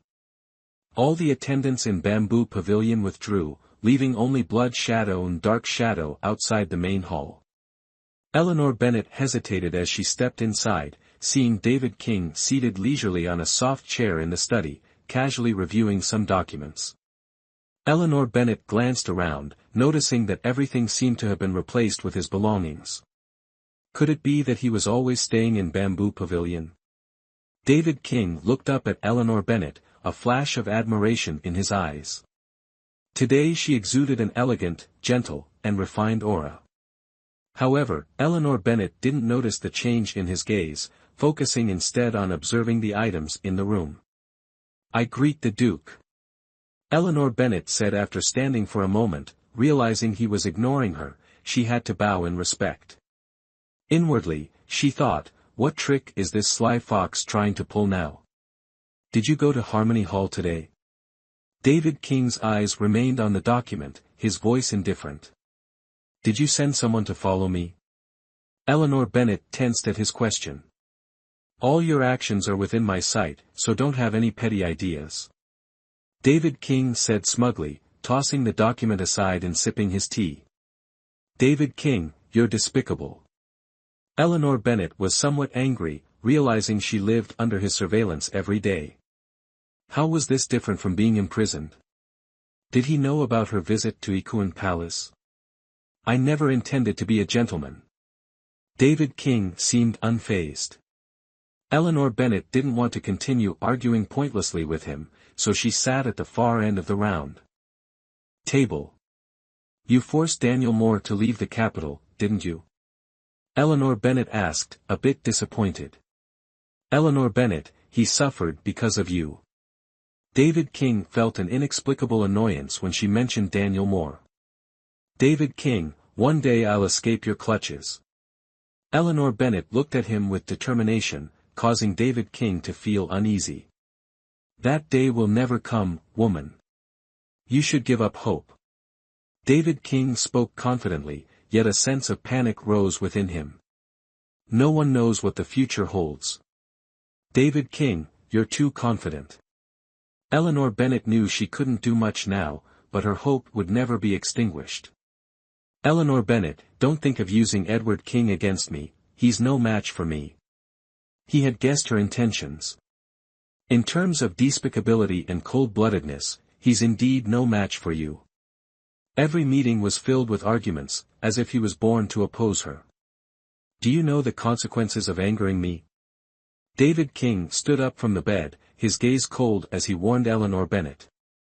David King, I've told you, stop threatening me. Eleanor Bennet refused to back down, addressing him directly. Charles King stepped forward, grasping Eleanor Bennet's chin, looking deeply into her eyes. She sensed an ambiguous tension filling the room. She wanted to resist, but the grip on her neck tightened. This woman, I miss her. Charles King's voice held a hint of gentleness. Suddenly, he leaned down to kiss Eleanor Bennet passionately. She couldn't believe her ears. Did he really say he missed her? How could those words come from him? Her eyes were filled with shock, leaving her unable to resist his kiss. He couldn't possibly like her, could he? It must be some cruel twist of fate. Eleanor Bennet screamed internally, her mind blank. Eleanor Bennet, you'll never escape me in this lifetime. Charles King released her lips, lifting her and moving towards the bed. Charles King, what are you planning? Eleanor Bennet snapped back to reality. Was he going to? She dared not think further. Before she could react, he laid her on the bed. Charles King gently caressed her smooth, jade-like skin, greedily inhaling her scent.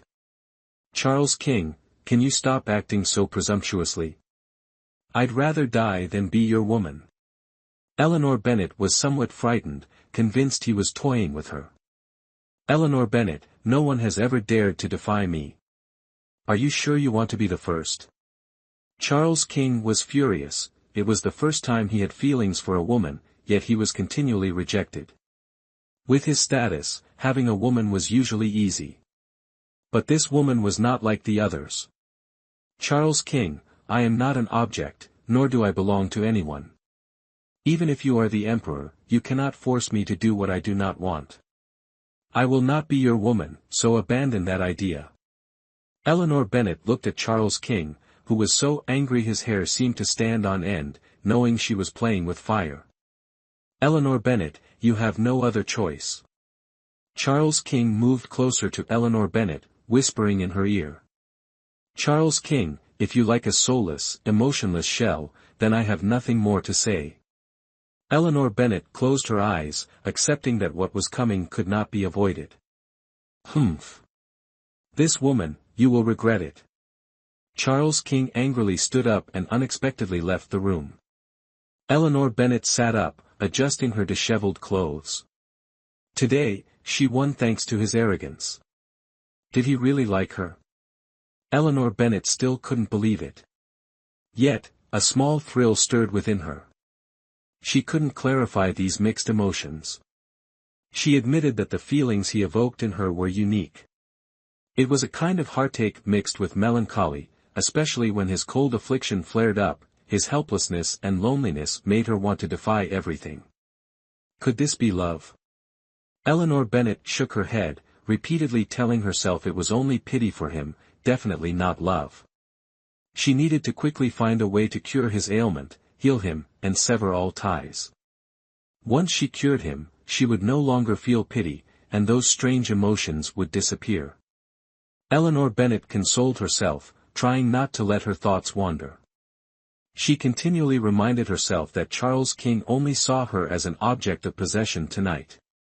It was not affection, much less love, just mere possession.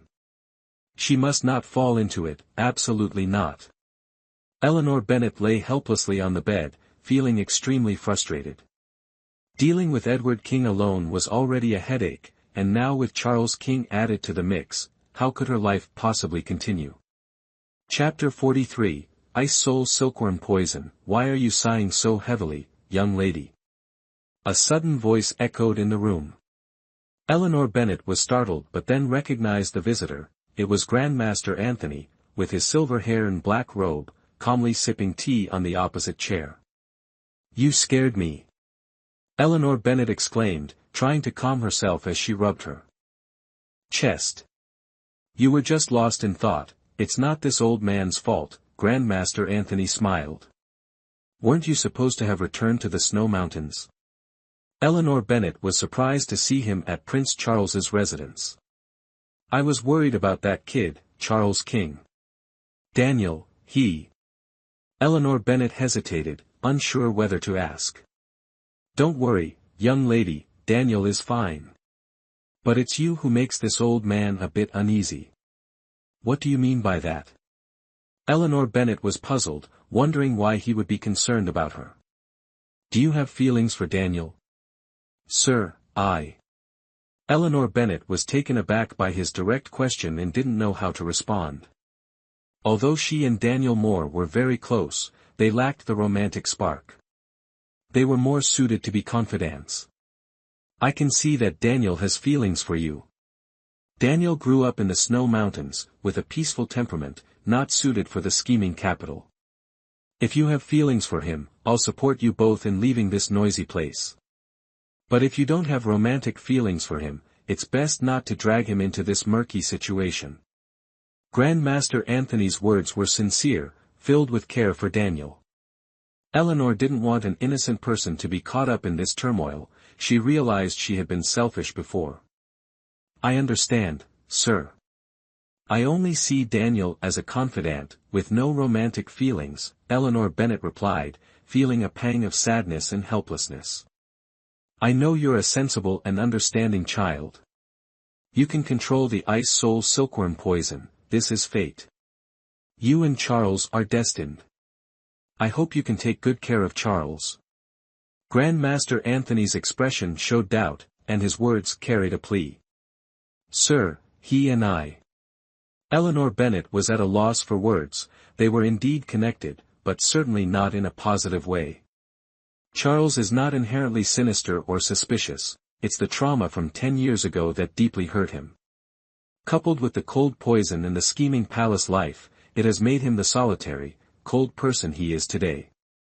You're the first he has cared for, so if you have feelings for him, don't let him down. Sir, it's not as simple as you think between us. There's no affection, Eleanor Bennet clarified, knowing Grandmaster Anthony misunderstood. Sir, what exactly is the Ice Soul Silkworm poison? Eleanor Bennet changed the subject, knowing further discussion would complicate matters. The Ice Soul Silkworm poison is a type of venom bred by the Facta tribe in the western reaches. It's named for its transparent body, resembling a silkworm, cold as ice, and white as snow. How can it survive in the human body? Eleanor Bennet listened to Grandmaster Anthony's explanation, realizing it was a type of parasite. It survives by absorbing the host's vital essence. The host's body becomes icy cold, just like it. However, on each new moon, it moves throughout the blood, causing excruciating pain down to the bones, Grandmaster Anthony said, gazing at the rising new moon, deep in thought. According to you, this creature won't kill the host. Eleanor Bennet recalled Charles King's painful episodes, feeling a deep sympathy. Only temporarily. Once it matures, it will invade the heart's veins, and the host will die as a result. Doesn't that mean Charles King will? Eleanor Bennet couldn't help but worry about him. 10 years ago, Charles began practicing the Radiant Sun divine art, a method of pure yang, which has protected his heart's veins over the years. But it can't completely eliminate the ice soul silkworm. Thus, every new moon, he endures the bone-deep pain, and his power is temporarily sealed. Eleanor Bennet suddenly realized why she had sensed a chaotic energy within him before. Last time, when Charles King coughed up blood, it must have been due to the energy disruption. Is there nothing that can counter the ice soul silkworm? Everything in the world has its opposite, such an extremely cold entity should have a counter. There is something, but it's only a legend. It's said that in the land of molten lava grows a plant called the crimson blaze herb. Its roots grow in hot springs, and its fruit is extremely hot. Consuming it can increase the body's yang energy, immediately softening the soul silkworm poison. However, it's exceedingly rare and hard to find, and its intense heat is not something ordinary people can endure. So without this crimson blaze herb, is there no way to cure Charles King's poison? Eleanor Bennet felt a bit disappointed, realizing Charles King might not be cured. I've tried countless remedies, but I know very little about this one. We can only leave it to fate. The old hermit sighed and left the room. Where are you going? Eleanor Bennet asked, noticing his disappointed expression. Miss, how do you control the cold energy in Charles's body? The old hermit suddenly remembered something and turned to ask Eleanor Bennet. I only use acupuncture to numb his consciousness. It doesn't resolve the cold poison in his body. Your medical skills are quite remarkable, the old hermit mused, smiling as he walked into the courtyard. Eleanor Bennet followed, noticing Blood Shadow and Dark Shadow were no longer there. They must have gone to protect Charles King. If someone wanted to harm him, it would be the perfect time when he's poisoned. Eleanor Bennet suddenly understood why Charles King always secretly went to the bamboo forest. He likely feared someone would take advantage. Grandmaster Anthony and Eleanor Bennet arrived at the hot spring behind Bamboo Pavilion, where they saw Charles King soaking in the pool. Eleanor Bennet looked up at the new moon, sensing the critical moment was near. Weren't you supposed to return to the snow mountains? Charles King asked Grandmaster Anthony, slightly displeased. Afraid I'll interrupt your romance? Grandmaster Anthony teased, glancing at Eleanor Bennet, making her feel uncomfortable. Sir, I'll go back to Bamboo Pavilion to get the medicine box. Eleanor Bennet made an excuse and quickly left. Charles King watched Eleanor Bennet's departing figure, still angry about the earlier incident. She must have feelings for Daniel Moore. He couldn't think of any other reason for her refusal. Charles, Jose King has returned to the capital. Grandmaster Anthony's eyes turned serious as he looked at Charles King in the water, his face full of concern. Blood Shadow. Charles King's voice was filled with intense hostility. At your service. Blood Shadow knelt behind the curtain, awaiting orders. Mobilize all the death warriors of the Cold Shadow sect. This time, I must see Jose King's head. David King gritted his teeth in hatred, his inner energy beginning to become chaotic. David, the Cold Shadow sect is no match for Jose King, don't make unnecessary sacrifices. Grandmaster Anthony worried that his fears had come true. I have what I have today because of him. Master, do you want me to spare him? David King looked at Grandmaster Anthony with doubt, his reason overtaken by hatred. David, now is really not the right time. The Cold Shadow sect was built by your own hands, do you really want it to turn to ashes? Grandmaster Anthony advised. David King fell into deep thought, but his body began to tremble. Grandmaster Anthony quickly noticed something was wrong, hurriedly stepped forward to check his pulse, and loudly exclaimed that something was amiss. Blood Shadow, quickly call Miss Bennet. Grandmaster Anthony ordered Blood Shadow, while he immediately supported David King to the shore, transferring his inner energy to him. When Eleanor Bennet rushed over, she saw Grandmaster Anthony sitting cross-legged, transferring energy to David King. David King's forehead was covered in sweat, and his lips had turned blue.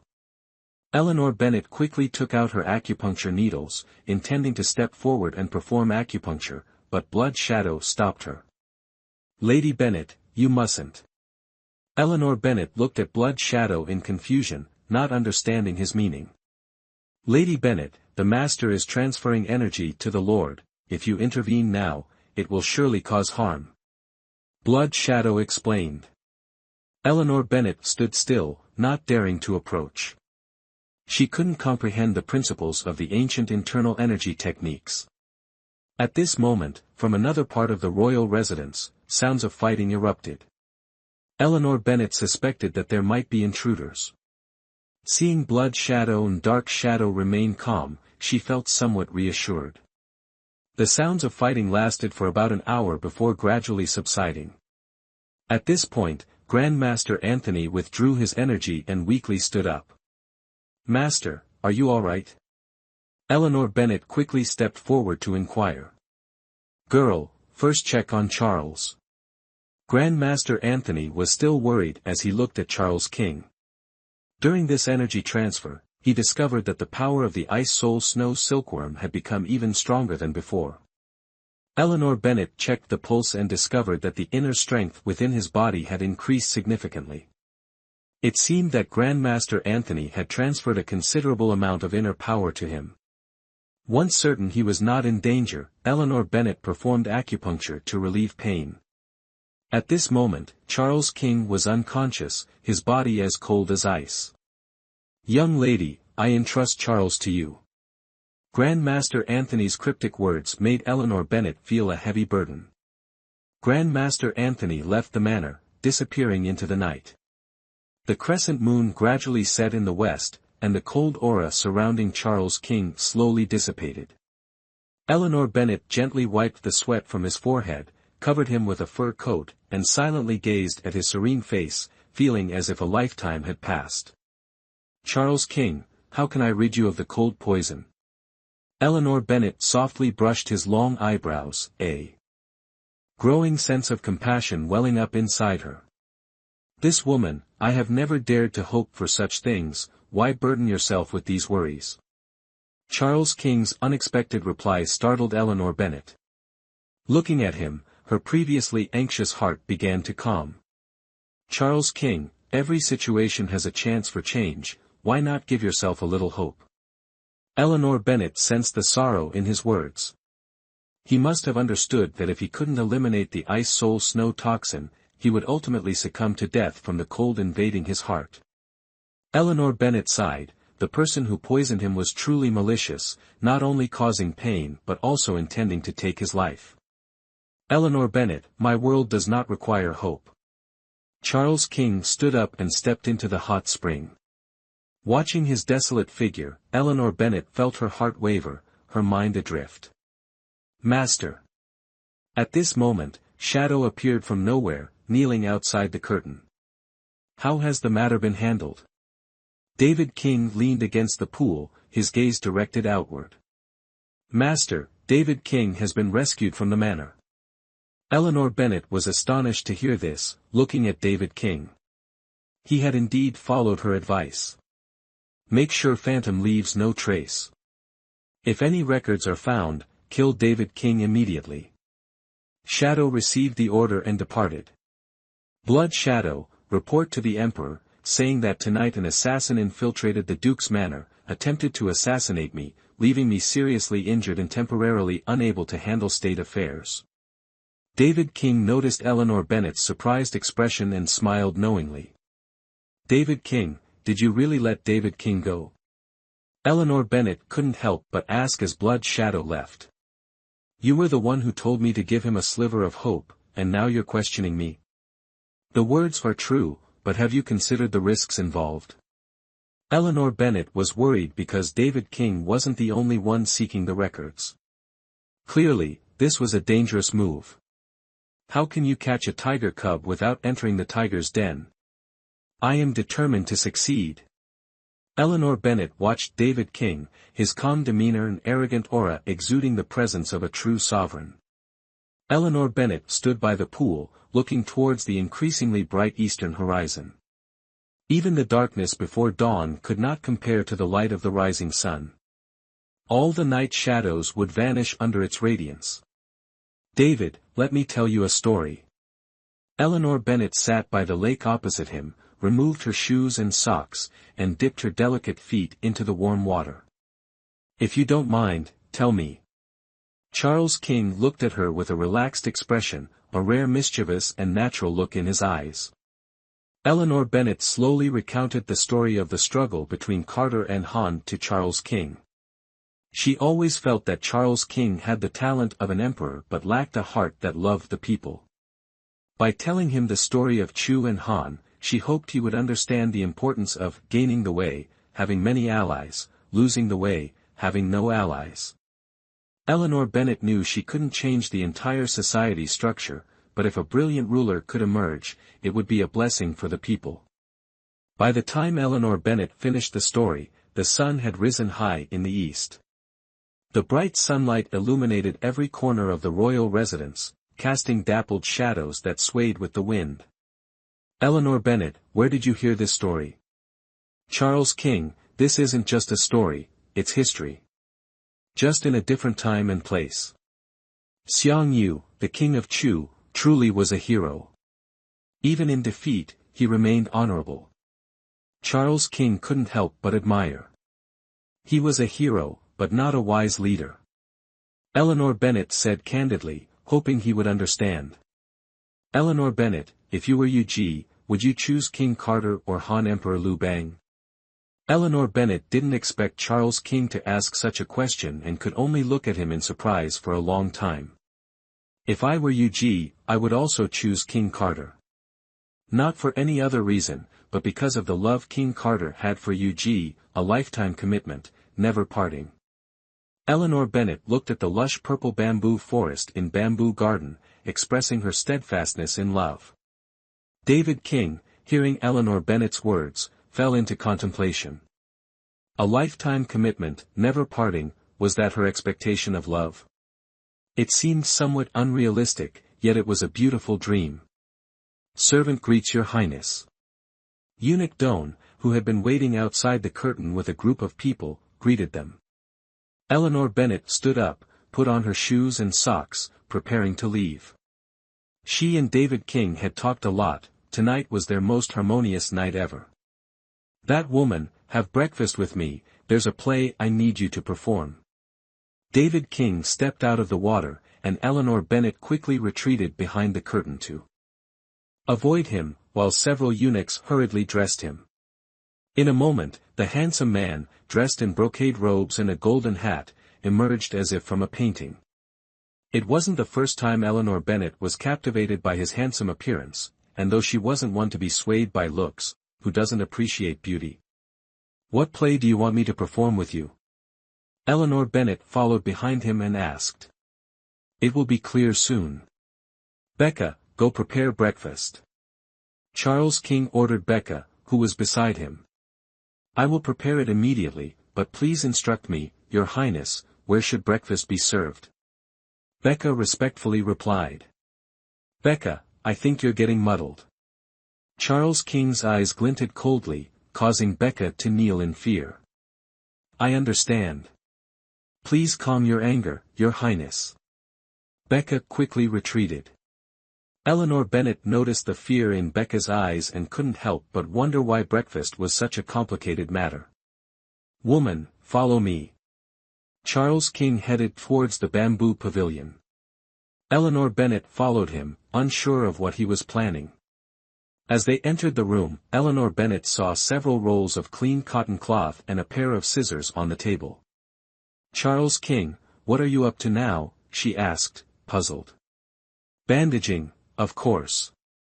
Charles King replied simply. Huh. Eleanor Bennet was surprised and a bit confused. Last night I was injured by an assassin, so naturally, I need treatment. Isn't this your specialty? Eleanor Bennet finally understood the act Charles King was putting on was for this reason. Acting is fine, but you should tell me who the audience is. Eleanor Bennet sat at the tea table. You'll know soon enough. Charles King was clearly being secretive, and Eleanor Bennet knew asking further would be useless. So where does your highness want to be injured? Eleanor Bennet asked, playing with the bandage pieces while Charles King sat calmly in his chair. Just like your last time, the more serious, the better. Charles King fiddled with a jade pendant. Eleanor Bennet approached him, pulled down his right sleeve, wrapped the bandage several times, and finally hung it around his neck. At that moment, Becca led a few eunuchs in, placing down exquisite food boxes before quickly leaving. Your Highness, breakfast is ready. Becca stood respectfully, waiting for Charles King's orders.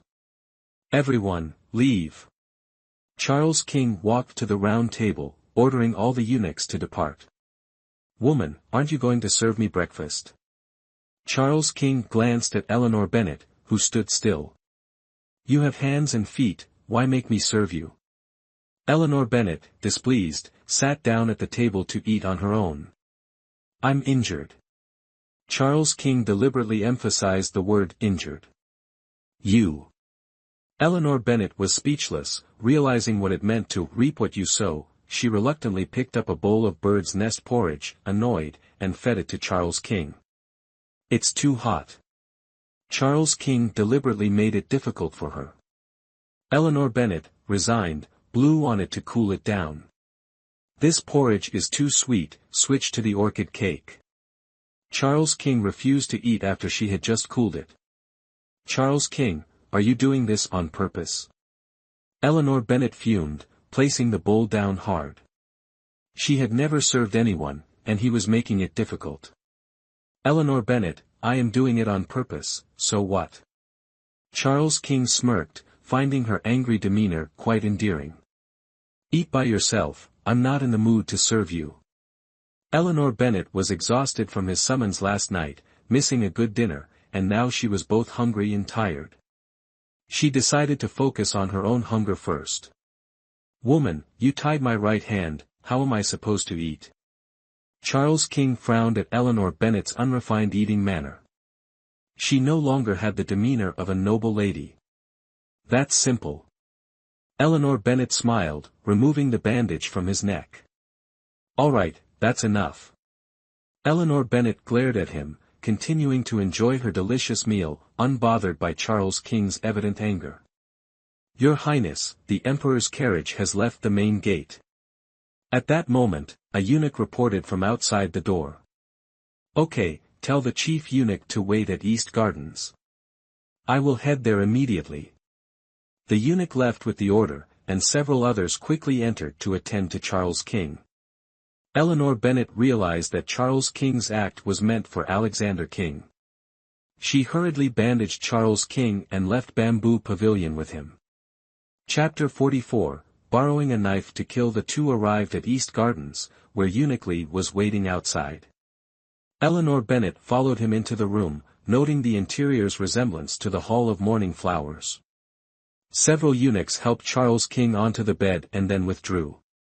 Charles King, aren't you afraid they'll accidentally reveal that you're not injured? Eleanor Bennet looked worriedly at the eunuchs outside.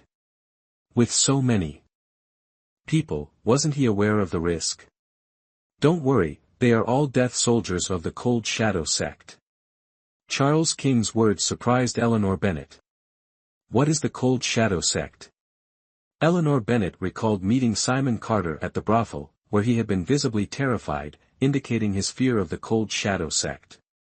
Knowing too much isn't good for you, woman. Charles King warned her with a glance. Eleanor Bennet glared back, choosing to remain silent. Eleanor Bennet sat in the outer room, separated from Charles King by a pear-wood screen painted with bamboo. She realized Charles King seemed to have a fondness for bamboo. The hot springs and Bamboo Pavilion both bore traces of this noble plant. Looking at the screen, she was reminded of the screen depicting a beauty in Serenity Palace. The beauty's features bore some resemblance to Charles King. Could the person in the painting be the late Empress? Your Highness, Eleanor Bennet hesitated, wanting to ask about Serenity Palace but fearing it might touch on Charles King's painful memories. Eleanor Bennet, since when did you become so formal? Charles King noticed her awkward tone and use of honorifics. It's nothing. Eleanor Bennet decided not to ask, as speaking too much could lead to mistakes. Charles King quietly leaned against the soft cushion. Eleanor Bennet thought he had fallen asleep since he wasn't moving. Feeling tired, she rested her head on the table, staring blankly at the distant vase. How much longer would she have to stay at Prince Charles's residence? In the quiet room, she recalled Grandmaster Anthony's words from the previous night and couldn't help but feel sympathy for Charles King's fate.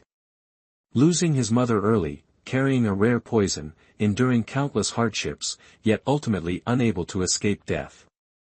Such a fate made it difficult to find happiness. Eunuch Owen entered and reported, "Your Grace, the Emperor's carriage has arrived outside the residence." Eleanor Bennet was startled and stood up, looking towards Charles King, who remained silent. Everyone in the residence, prepare to greet him. Charles King's voice remained calm as he continued sitting on the bed. Eleanor Bennet stood by the table, appearing somewhat awkward.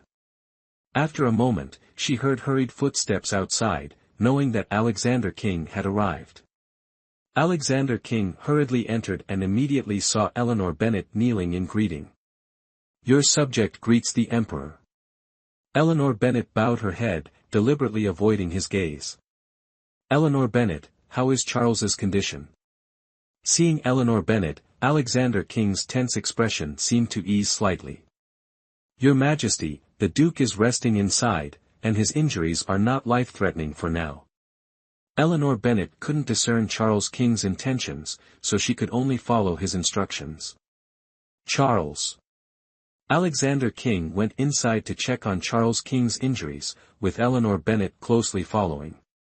Father, I am gravely injured and unable to greet you, please forgive me. Eleanor Bennet looked at Charles King's weak appearance and couldn't help but think to herself, he really knows how to put on an act. Charles, take good care of your injuries.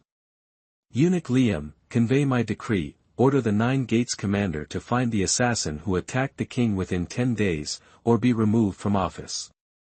Quickly deploy the royal guard to protect Prince Charles's residence. Any negligence will be severely punished. Alexander King was extremely angry, for such an incident to occur right under the emperor's nose indicated the capital's defenses were alarmingly weak. Your servant obeys. Eunuch Liam quickly withdrew. Eleanor Bennet, I entrust Charles's medical treatment to you. I trust in your abilities. Alexander King looked over, and Eleanor Bennet quickly knelt to accept the order. Eleanor Bennet glanced at Charles King lying on the bed, such a grand display, who exactly is he targeting? Father, the fact that the assassin chose the night of the new moon to attack me suggests they are no ordinary person. Charles King seemed to imply something, and Alexander King's expression immediately turned serious. Everyone, leave. Alexander King ordered everyone in the room to leave. Eleanor Bennet bowed and exited, filled with doubt. Alexander King's change in expression upon hearing about the new moon indicated he knew about Charles King's secret poison.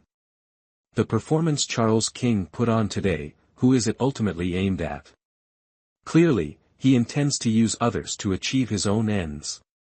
Eleanor Bennet waited outside the room, unable to comprehend the situation. But she was certain that this matter was related to the events 10 years ago. Inside the room, Alexander King appeared deep in thought. Charles, do you think it was him? Alexander King asked. Father, I received news that he has arrived in the capital. Charles King replied coldly. I have already met him. Alexander King's voice carried a hint of helplessness. Father, I must take his head. Charles King's fierce expression was identical to Alexander King's. Charles, you are my treasure, nothing can go wrong with you. The Bryn kingdom relies on you, so you must not act impulsively. Can you leave this matter to me? Alexander King said with a heavy heart. Father, I don't know how much longer I'll live. I just hope to see the blood of my enemy before I die, Charles King said, coughing, as painful memories resurfaced. Charles, there must be a cure for the poison in you. Eleanor Bennet is your hope. I promise you, we will kill him, Alexander King said, supporting Charles King with a sorrowful expression. Someone, come. Seeing Charles King weaken, Alexander King urgently called out. What are your orders, your majesty? Eunuch Liam quickly entered. Fetch Dr. Bennet immediately. Alexander King said, worriedly watching Charles King. Eleanor Bennet, hearing Alexander King's summons, quickly entered. Eleanor Bennet, check Prince Charles's condition. Urged by Alexander King, Eleanor Bennet examined him. Apart from the cold aura, he was fine. Your Majesty, the prince has only lost too much blood and needs rest. Eleanor Bennet frowned, continuing the charade. Eleanor Bennet, stay at Prince Charles's residence for the next few days. His health is in your hands. Eleanor Bennet accepted the order with a sigh. Charles, rest well. Let me handle everything. I'll visit you later, Alexander King said. Farewell, father. Charles King replied. Farewell, your majesty. Eleanor Bennet quickly knelt as Alexander King prepared to leave. Hearing his footsteps fade, she knew he had left. Charles King, you act well. Eleanor Bennet glanced at him. We're equally matched. Charles King returned to his previous demeanor. Charles King, this is treason. Eleanor Bennet said with some concern. Are you scared, woman? Of course, treason can lead to the extermination of one's family. So you do fear. Charles King's words were laced with mockery. Who are you targeting this time, Charles King? Eleanor Bennet asked directly, avoiding further argument. Woman, it's best not to know some things. Charles King remained tight-lipped. I've helped you with this act, at least let me die knowing why. Eleanor Bennet, now inextricably linked to him, couldn't escape the charge of treason. Eleanor Bennet, as long as you don't betray me, I will ensure your family's safety, Charles King said, removing the bandage from his hand. Who poisoned you? Eleanor Bennet pressed on. Do you really want to know? Charles King's eyes were cold, warning her. Yes, I want to know. Eleanor Bennet met his gaze, resolute. Woman, this is a forbidden topic in Bryn. Are you sure you want to know? Charles King asked again. Charles King, I've reviewed the medical records of concubine Violet and the former empress. Their deaths were too strange, making me suspect there's more to it. Eleanor Bennet understood Charles King's warning but was determined to uncover the truth. She was certain the ice silk poison on him was connected. What did you find out from the pulse records? Charles King appeared astonished. Concubine Violet and the former empress must have died from poisoning. Eleanor Bennet expressed her suspicion. Are you really sure? Charles King was somewhat agitated, stepping forward to grasp Eleanor Bennet's soft hand. Not very sure, it's been many years, and I'm only judging based on the records. Eleanor Bennet looked a bit fearful at David King, as if he wasn't entirely aware of his mother's cause of death. You may leave now. I'm tired. David King released Eleanor Bennet, ordering her to leave. Sensing his unease, Eleanor Bennet could only let it go, planning her next move. As she stepped out, Steward Doan approached her. Dr. Bennet, the prince has ordered you to temporarily stay at Bamboo Pavilion. Thank you, Steward. Eleanor Bennet glanced at the tightly closed door, then followed a few attendants back to Bamboo Pavilion. After having dinner at Bamboo Pavilion, Eleanor Bennet strolled around the courtyard. Somehow, she found herself at the hot spring behind the estate. As the sky darkened, the entire manor was illuminated brightly. She lifted her dress, removed her shoes and socks, and sat by the pond, soaking her delicate feet in the water. Eleanor Bennet looked up at the brilliantly clear starry sky. The ancient air was so pure, allowing her to see so many stars. Taking a deep breath, she felt good and began to sing. Chapter 44, He has fallen for the lonely spirit. March 4th, you continue your life in a corner of the rain, filled with fascination for this world. A voice echoes then stops within, like sea breezes blending with the heartbeat. Rain remains a puzzle teasing humans. You are passing through layers of clouds, before you can ponder, love gently has nowhere to hide. Time inherently has no anchor.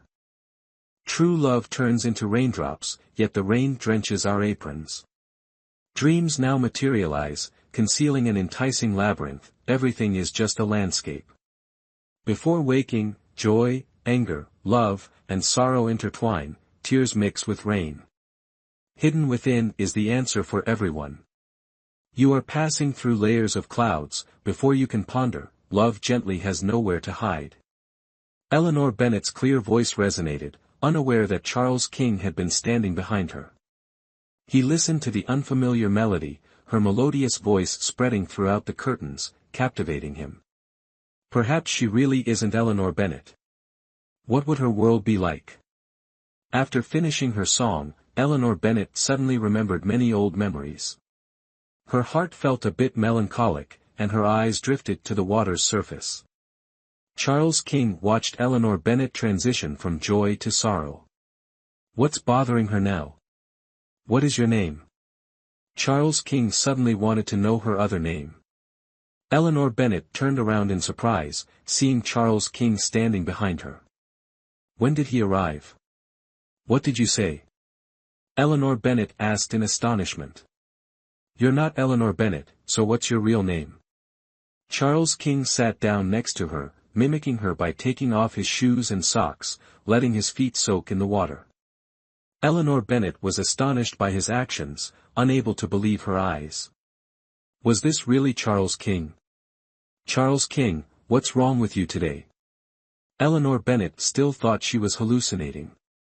Girl, how long do you intend to play dumb? Charles King sounded a bit displeased.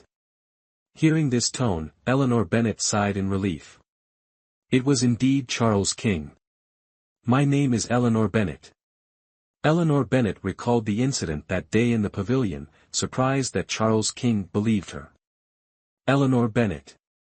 Charles King silently repeated these 3 words in his mind, glancing at Eleanor Bennet's clear eyes. Charles King, do you really believe me? I only believe that you're not the real Eleanor Bennet, because the real Eleanor Bennet wouldn't know medicine, wouldn't be able to sing the song you just performed, and certainly wouldn't have such a unique personality as you do.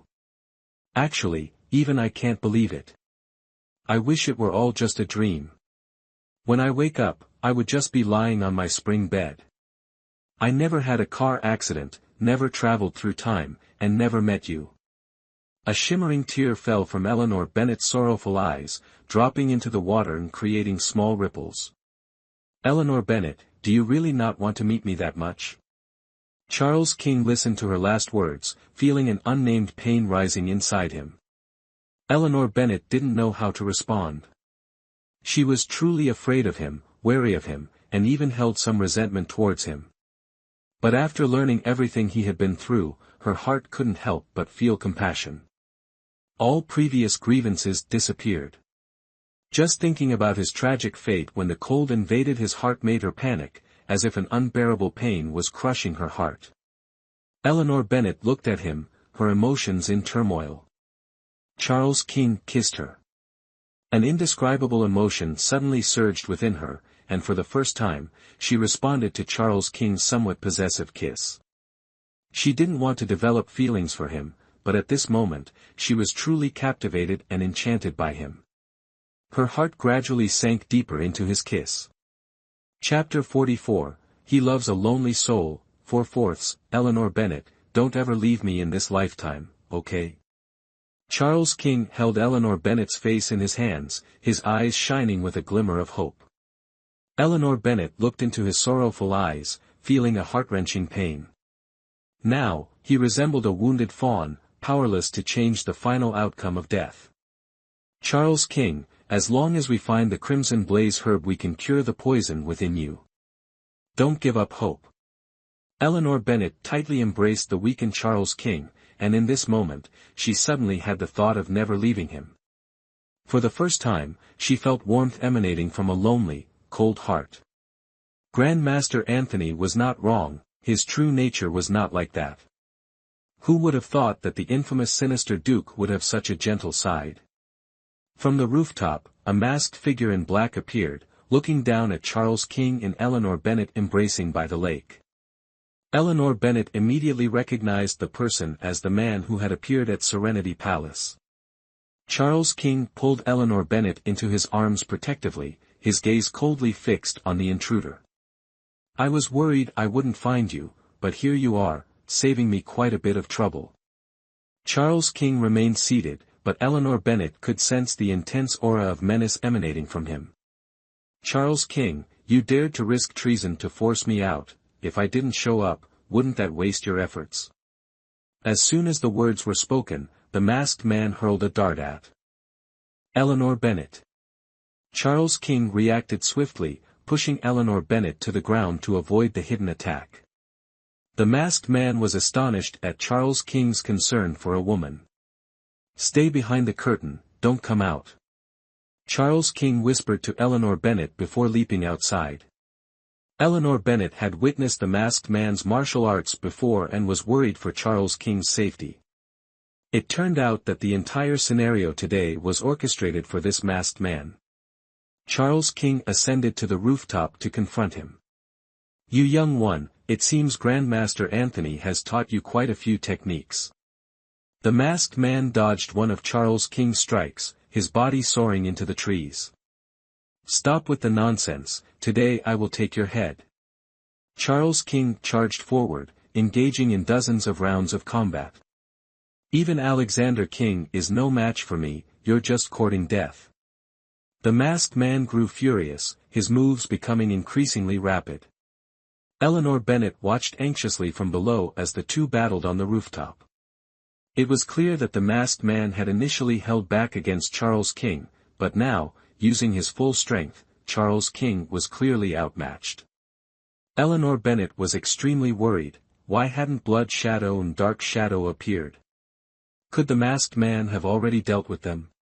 "Charles King, be careful!" Eleanor Bennet shouted as she saw a direct strike aimed at Charles King. Unable to dodge, Charles King was hit and fell from the rooftop. Eleanor Bennet quickly rushed to support him as he clutched his chest, coughing up blood. "Charles King, I never intended to kill you. After all, the Ice Soul Snow Toxin will slowly torment you to death. But you overestimated yourself. If Alexander King treasures you so much, perhaps he should experience the loss of his beloved son first." The masked man landed on the ground, preparing to strike Charles King again, but Eleanor Bennet stepped in front of him. "I don't know what deep-seated grudge you have with the Emperor, but he is still the Empress's only son. If the Empress's spirit lives on, she surely won't forgive your actions today." Eleanor Bennet gambled, hoping the man had feelings for the late Empress. "Young lady, what exactly do you know?" The masked man was surprised, yet his eyes remained filled with hostility. "I know nothing, except that love extends to all connected," Eleanor Bennet calmly replied. "To love someone is to love everything about them." The masked figure seemed to recall something, and their emotions suddenly spiraled out of control. "Charles King, I'll spare your life today. After all, living is more painful than death for you." The masked figure laughed loudly before leaping away, their laughter echoing like a ghost, sending chills down the spine of anyone who heard it. Eleanor Bennet supported Charles King, quickly checking his pulse. "Charles King, are you all right?" Eleanor Bennet knew he had severe internal injuries, with chaotic energy coursing through his body. "How do you know about his feelings for my mother?" Charles King asked Eleanor Bennet in surprise, realizing she had truly saved his life today. "It's a long story. First, I need to get you back to Bamboo Garden." You have serious internal injuries and need careful treatment. Eleanor Bennet helped him up and led him towards Bamboo Garden. At that moment, Blood Shadow and Dark Shadow hurriedly arrived, their faces pale, seemingly injured as well. Master, we failed to protect you properly, please punish us. The two knelt down to admit their fault. Stand up. This is not the time for punishment. Eleanor Bennet had no time to focus on them, as Charles King seemed to have fainted. The two quickly reacted and helped carry Charles King back to his room. Eleanor swiftly performed acupuncture treatment and prescribed medicine, instructing Blood Shadow to prepare it quickly. With a worried expression, Eleanor Bennet looked at Charles King, who lay on the bed with a pale face. Was vengeance his only hope for the past 10 years? What kind of deep-seated hatred led to such a cruel attack on a child years ago? Eleanor Bennet sensed the malice and danger of the masked figure. Could it be love turned to hatred? She guessed that the person must have been deeply infatuated with the Queen, or else he wouldn't have spared Charles King at her behest. Blood Shadow hurriedly brought the bowl of medicine, and Eleanor Bennet carefully fed it to Charles King. Lady Bennet, when will the master regain consciousness? Blood Shadow asked anxiously. He should wake up by tomorrow, Eleanor Bennet replied after checking his pulse. Blood Shadow, how did the palace defenses become so lax tonight? Eleanor Bennet questioned. Lady Bennet, all the guards inside and outside the palace were poisoned, unable to move for 3 hours, Blood Shadow explained with a guilty expression. So, you were poisoned as well? Eleanor Bennet stepped forward to check Blood Shadow's pulse. The energy in his body was scattered, as if he had suffered severe internal injuries. You both seem to have serious internal injuries. Eleanor Bennet asked with suspicion. Lady Bennet, Dark Shadow and I knew the master was in danger, so we forced ourselves to use our energy to heal, which left us in this state. Eleanor Bennet looked at the two young people in front of her, thinking that Charles King was fortunate to have such loyal protectors. She quickly wrote a prescription and urged them to take the medicine promptly. Blood Shadow, I want to see the others who were poisoned. Eleanor Bennet recalled the masked figure from that night, still feeling unsettled. To easily defeat so many of the king's palace experts and seriously injure Charles King, the masked figure was undoubtedly a rare master. Most concerning was his skill with poison. Why did the Bryn royal family have such a dangerous enemy? Chapter 45, Inquiry. Eleanor Bennet examined the palace servants who were poisoned, realizing they were all the guards Charles King had mentioned. They used the guise of palace servants to hide and remain undetected within Prince Charles's residence. No wonder Charles King wasn't worried about information leaking, as everyone within the residence was fiercely loyal and willing to risk everything for him. Cold Shadow sect sounded like a martial arts sect. Charles King was indeed much stronger than she had imagined, and all he did was likely in response to the mysterious figure from the previous night. Eleanor Bennet thought about the symptoms of the poisoning in the palace, resembling a type of anesthetic that temporarily paralyzed motor nerves, rendering people immobile. Eleanor Bennet returned to East Gardens, and upon seeing her, Dark Shadow quickly bowed. Your wound hasn't healed yet, go rest. I'll handle things here, Eleanor Bennet said, deeply admiring his loyalty. But Dark Shadow hesitated, glancing inside where Charles King had yet to awaken. Don't worry, the one from last night won't appear again. Understood, I shall take my leave, Dark Shadow said, hesitating for a moment before departing. Eleanor Bennet entered the room and checked Charles King's pulse, his breathing gradually stabilized. She sat by his bed, quietly observing him. The dart last night was clearly aimed at her, yet he saved her without hesitation.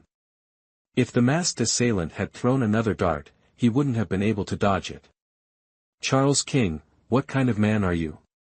Eleanor Bennet felt confused, but it wasn't because of Charles King, it was because of her own heart. Charles King seemed to regain consciousness but was still in a dream. Mother, mother. Eleanor Bennet approached him, hearing his murmurs. From his pained expression, she realized it must be a terrifying nightmare. "Charles King, wake up." Eleanor Bennet gently comforted him, hoping he would awaken. Charles King appeared more frightened in his dream, tightly gripping Eleanor Bennet's soft hand. "Charles King, wake up, it's me, Eleanor Bennet," she called, hoping he would quickly escape the nightmare. Suddenly, Charles King awoke with a start, sitting up abruptly. "Charles King, it was just a dream," Eleanor Bennet said, wiping the sweat from his forehead, understanding he had relived the most painful experience of his life. Charles King looked at Eleanor Bennet, his fear slowly subsiding. She placed a soft pillow behind his back. "I'll call Eunuch Owen to prepare breakfast for you," Eleanor Bennet offered as she stood, but Charles King held her back. "Don't go." Eleanor Bennet looked at him, her heart softened, and she sat back down. They gazed at each other for a long time, saying nothing, as a subtle atmosphere gradually enveloped the room. "Charles King, you're not hungry, but I am," Eleanor Bennet said, breaking the silence with slight embarrassment. "Blood Shadow." Charles King called out, still holding Eleanor Bennet's hand. "Don't call them, Blood Shadow and Dark Shadow are injured. I've sent them to receive treatment," Eleanor Bennet said, standing up to find Eunuch Owen herself. As she stepped outside, she saw Eunuch Owen leading several attendants carrying food trays. Seeing Eleanor Bennet, Eunuch Owen quickly bowed.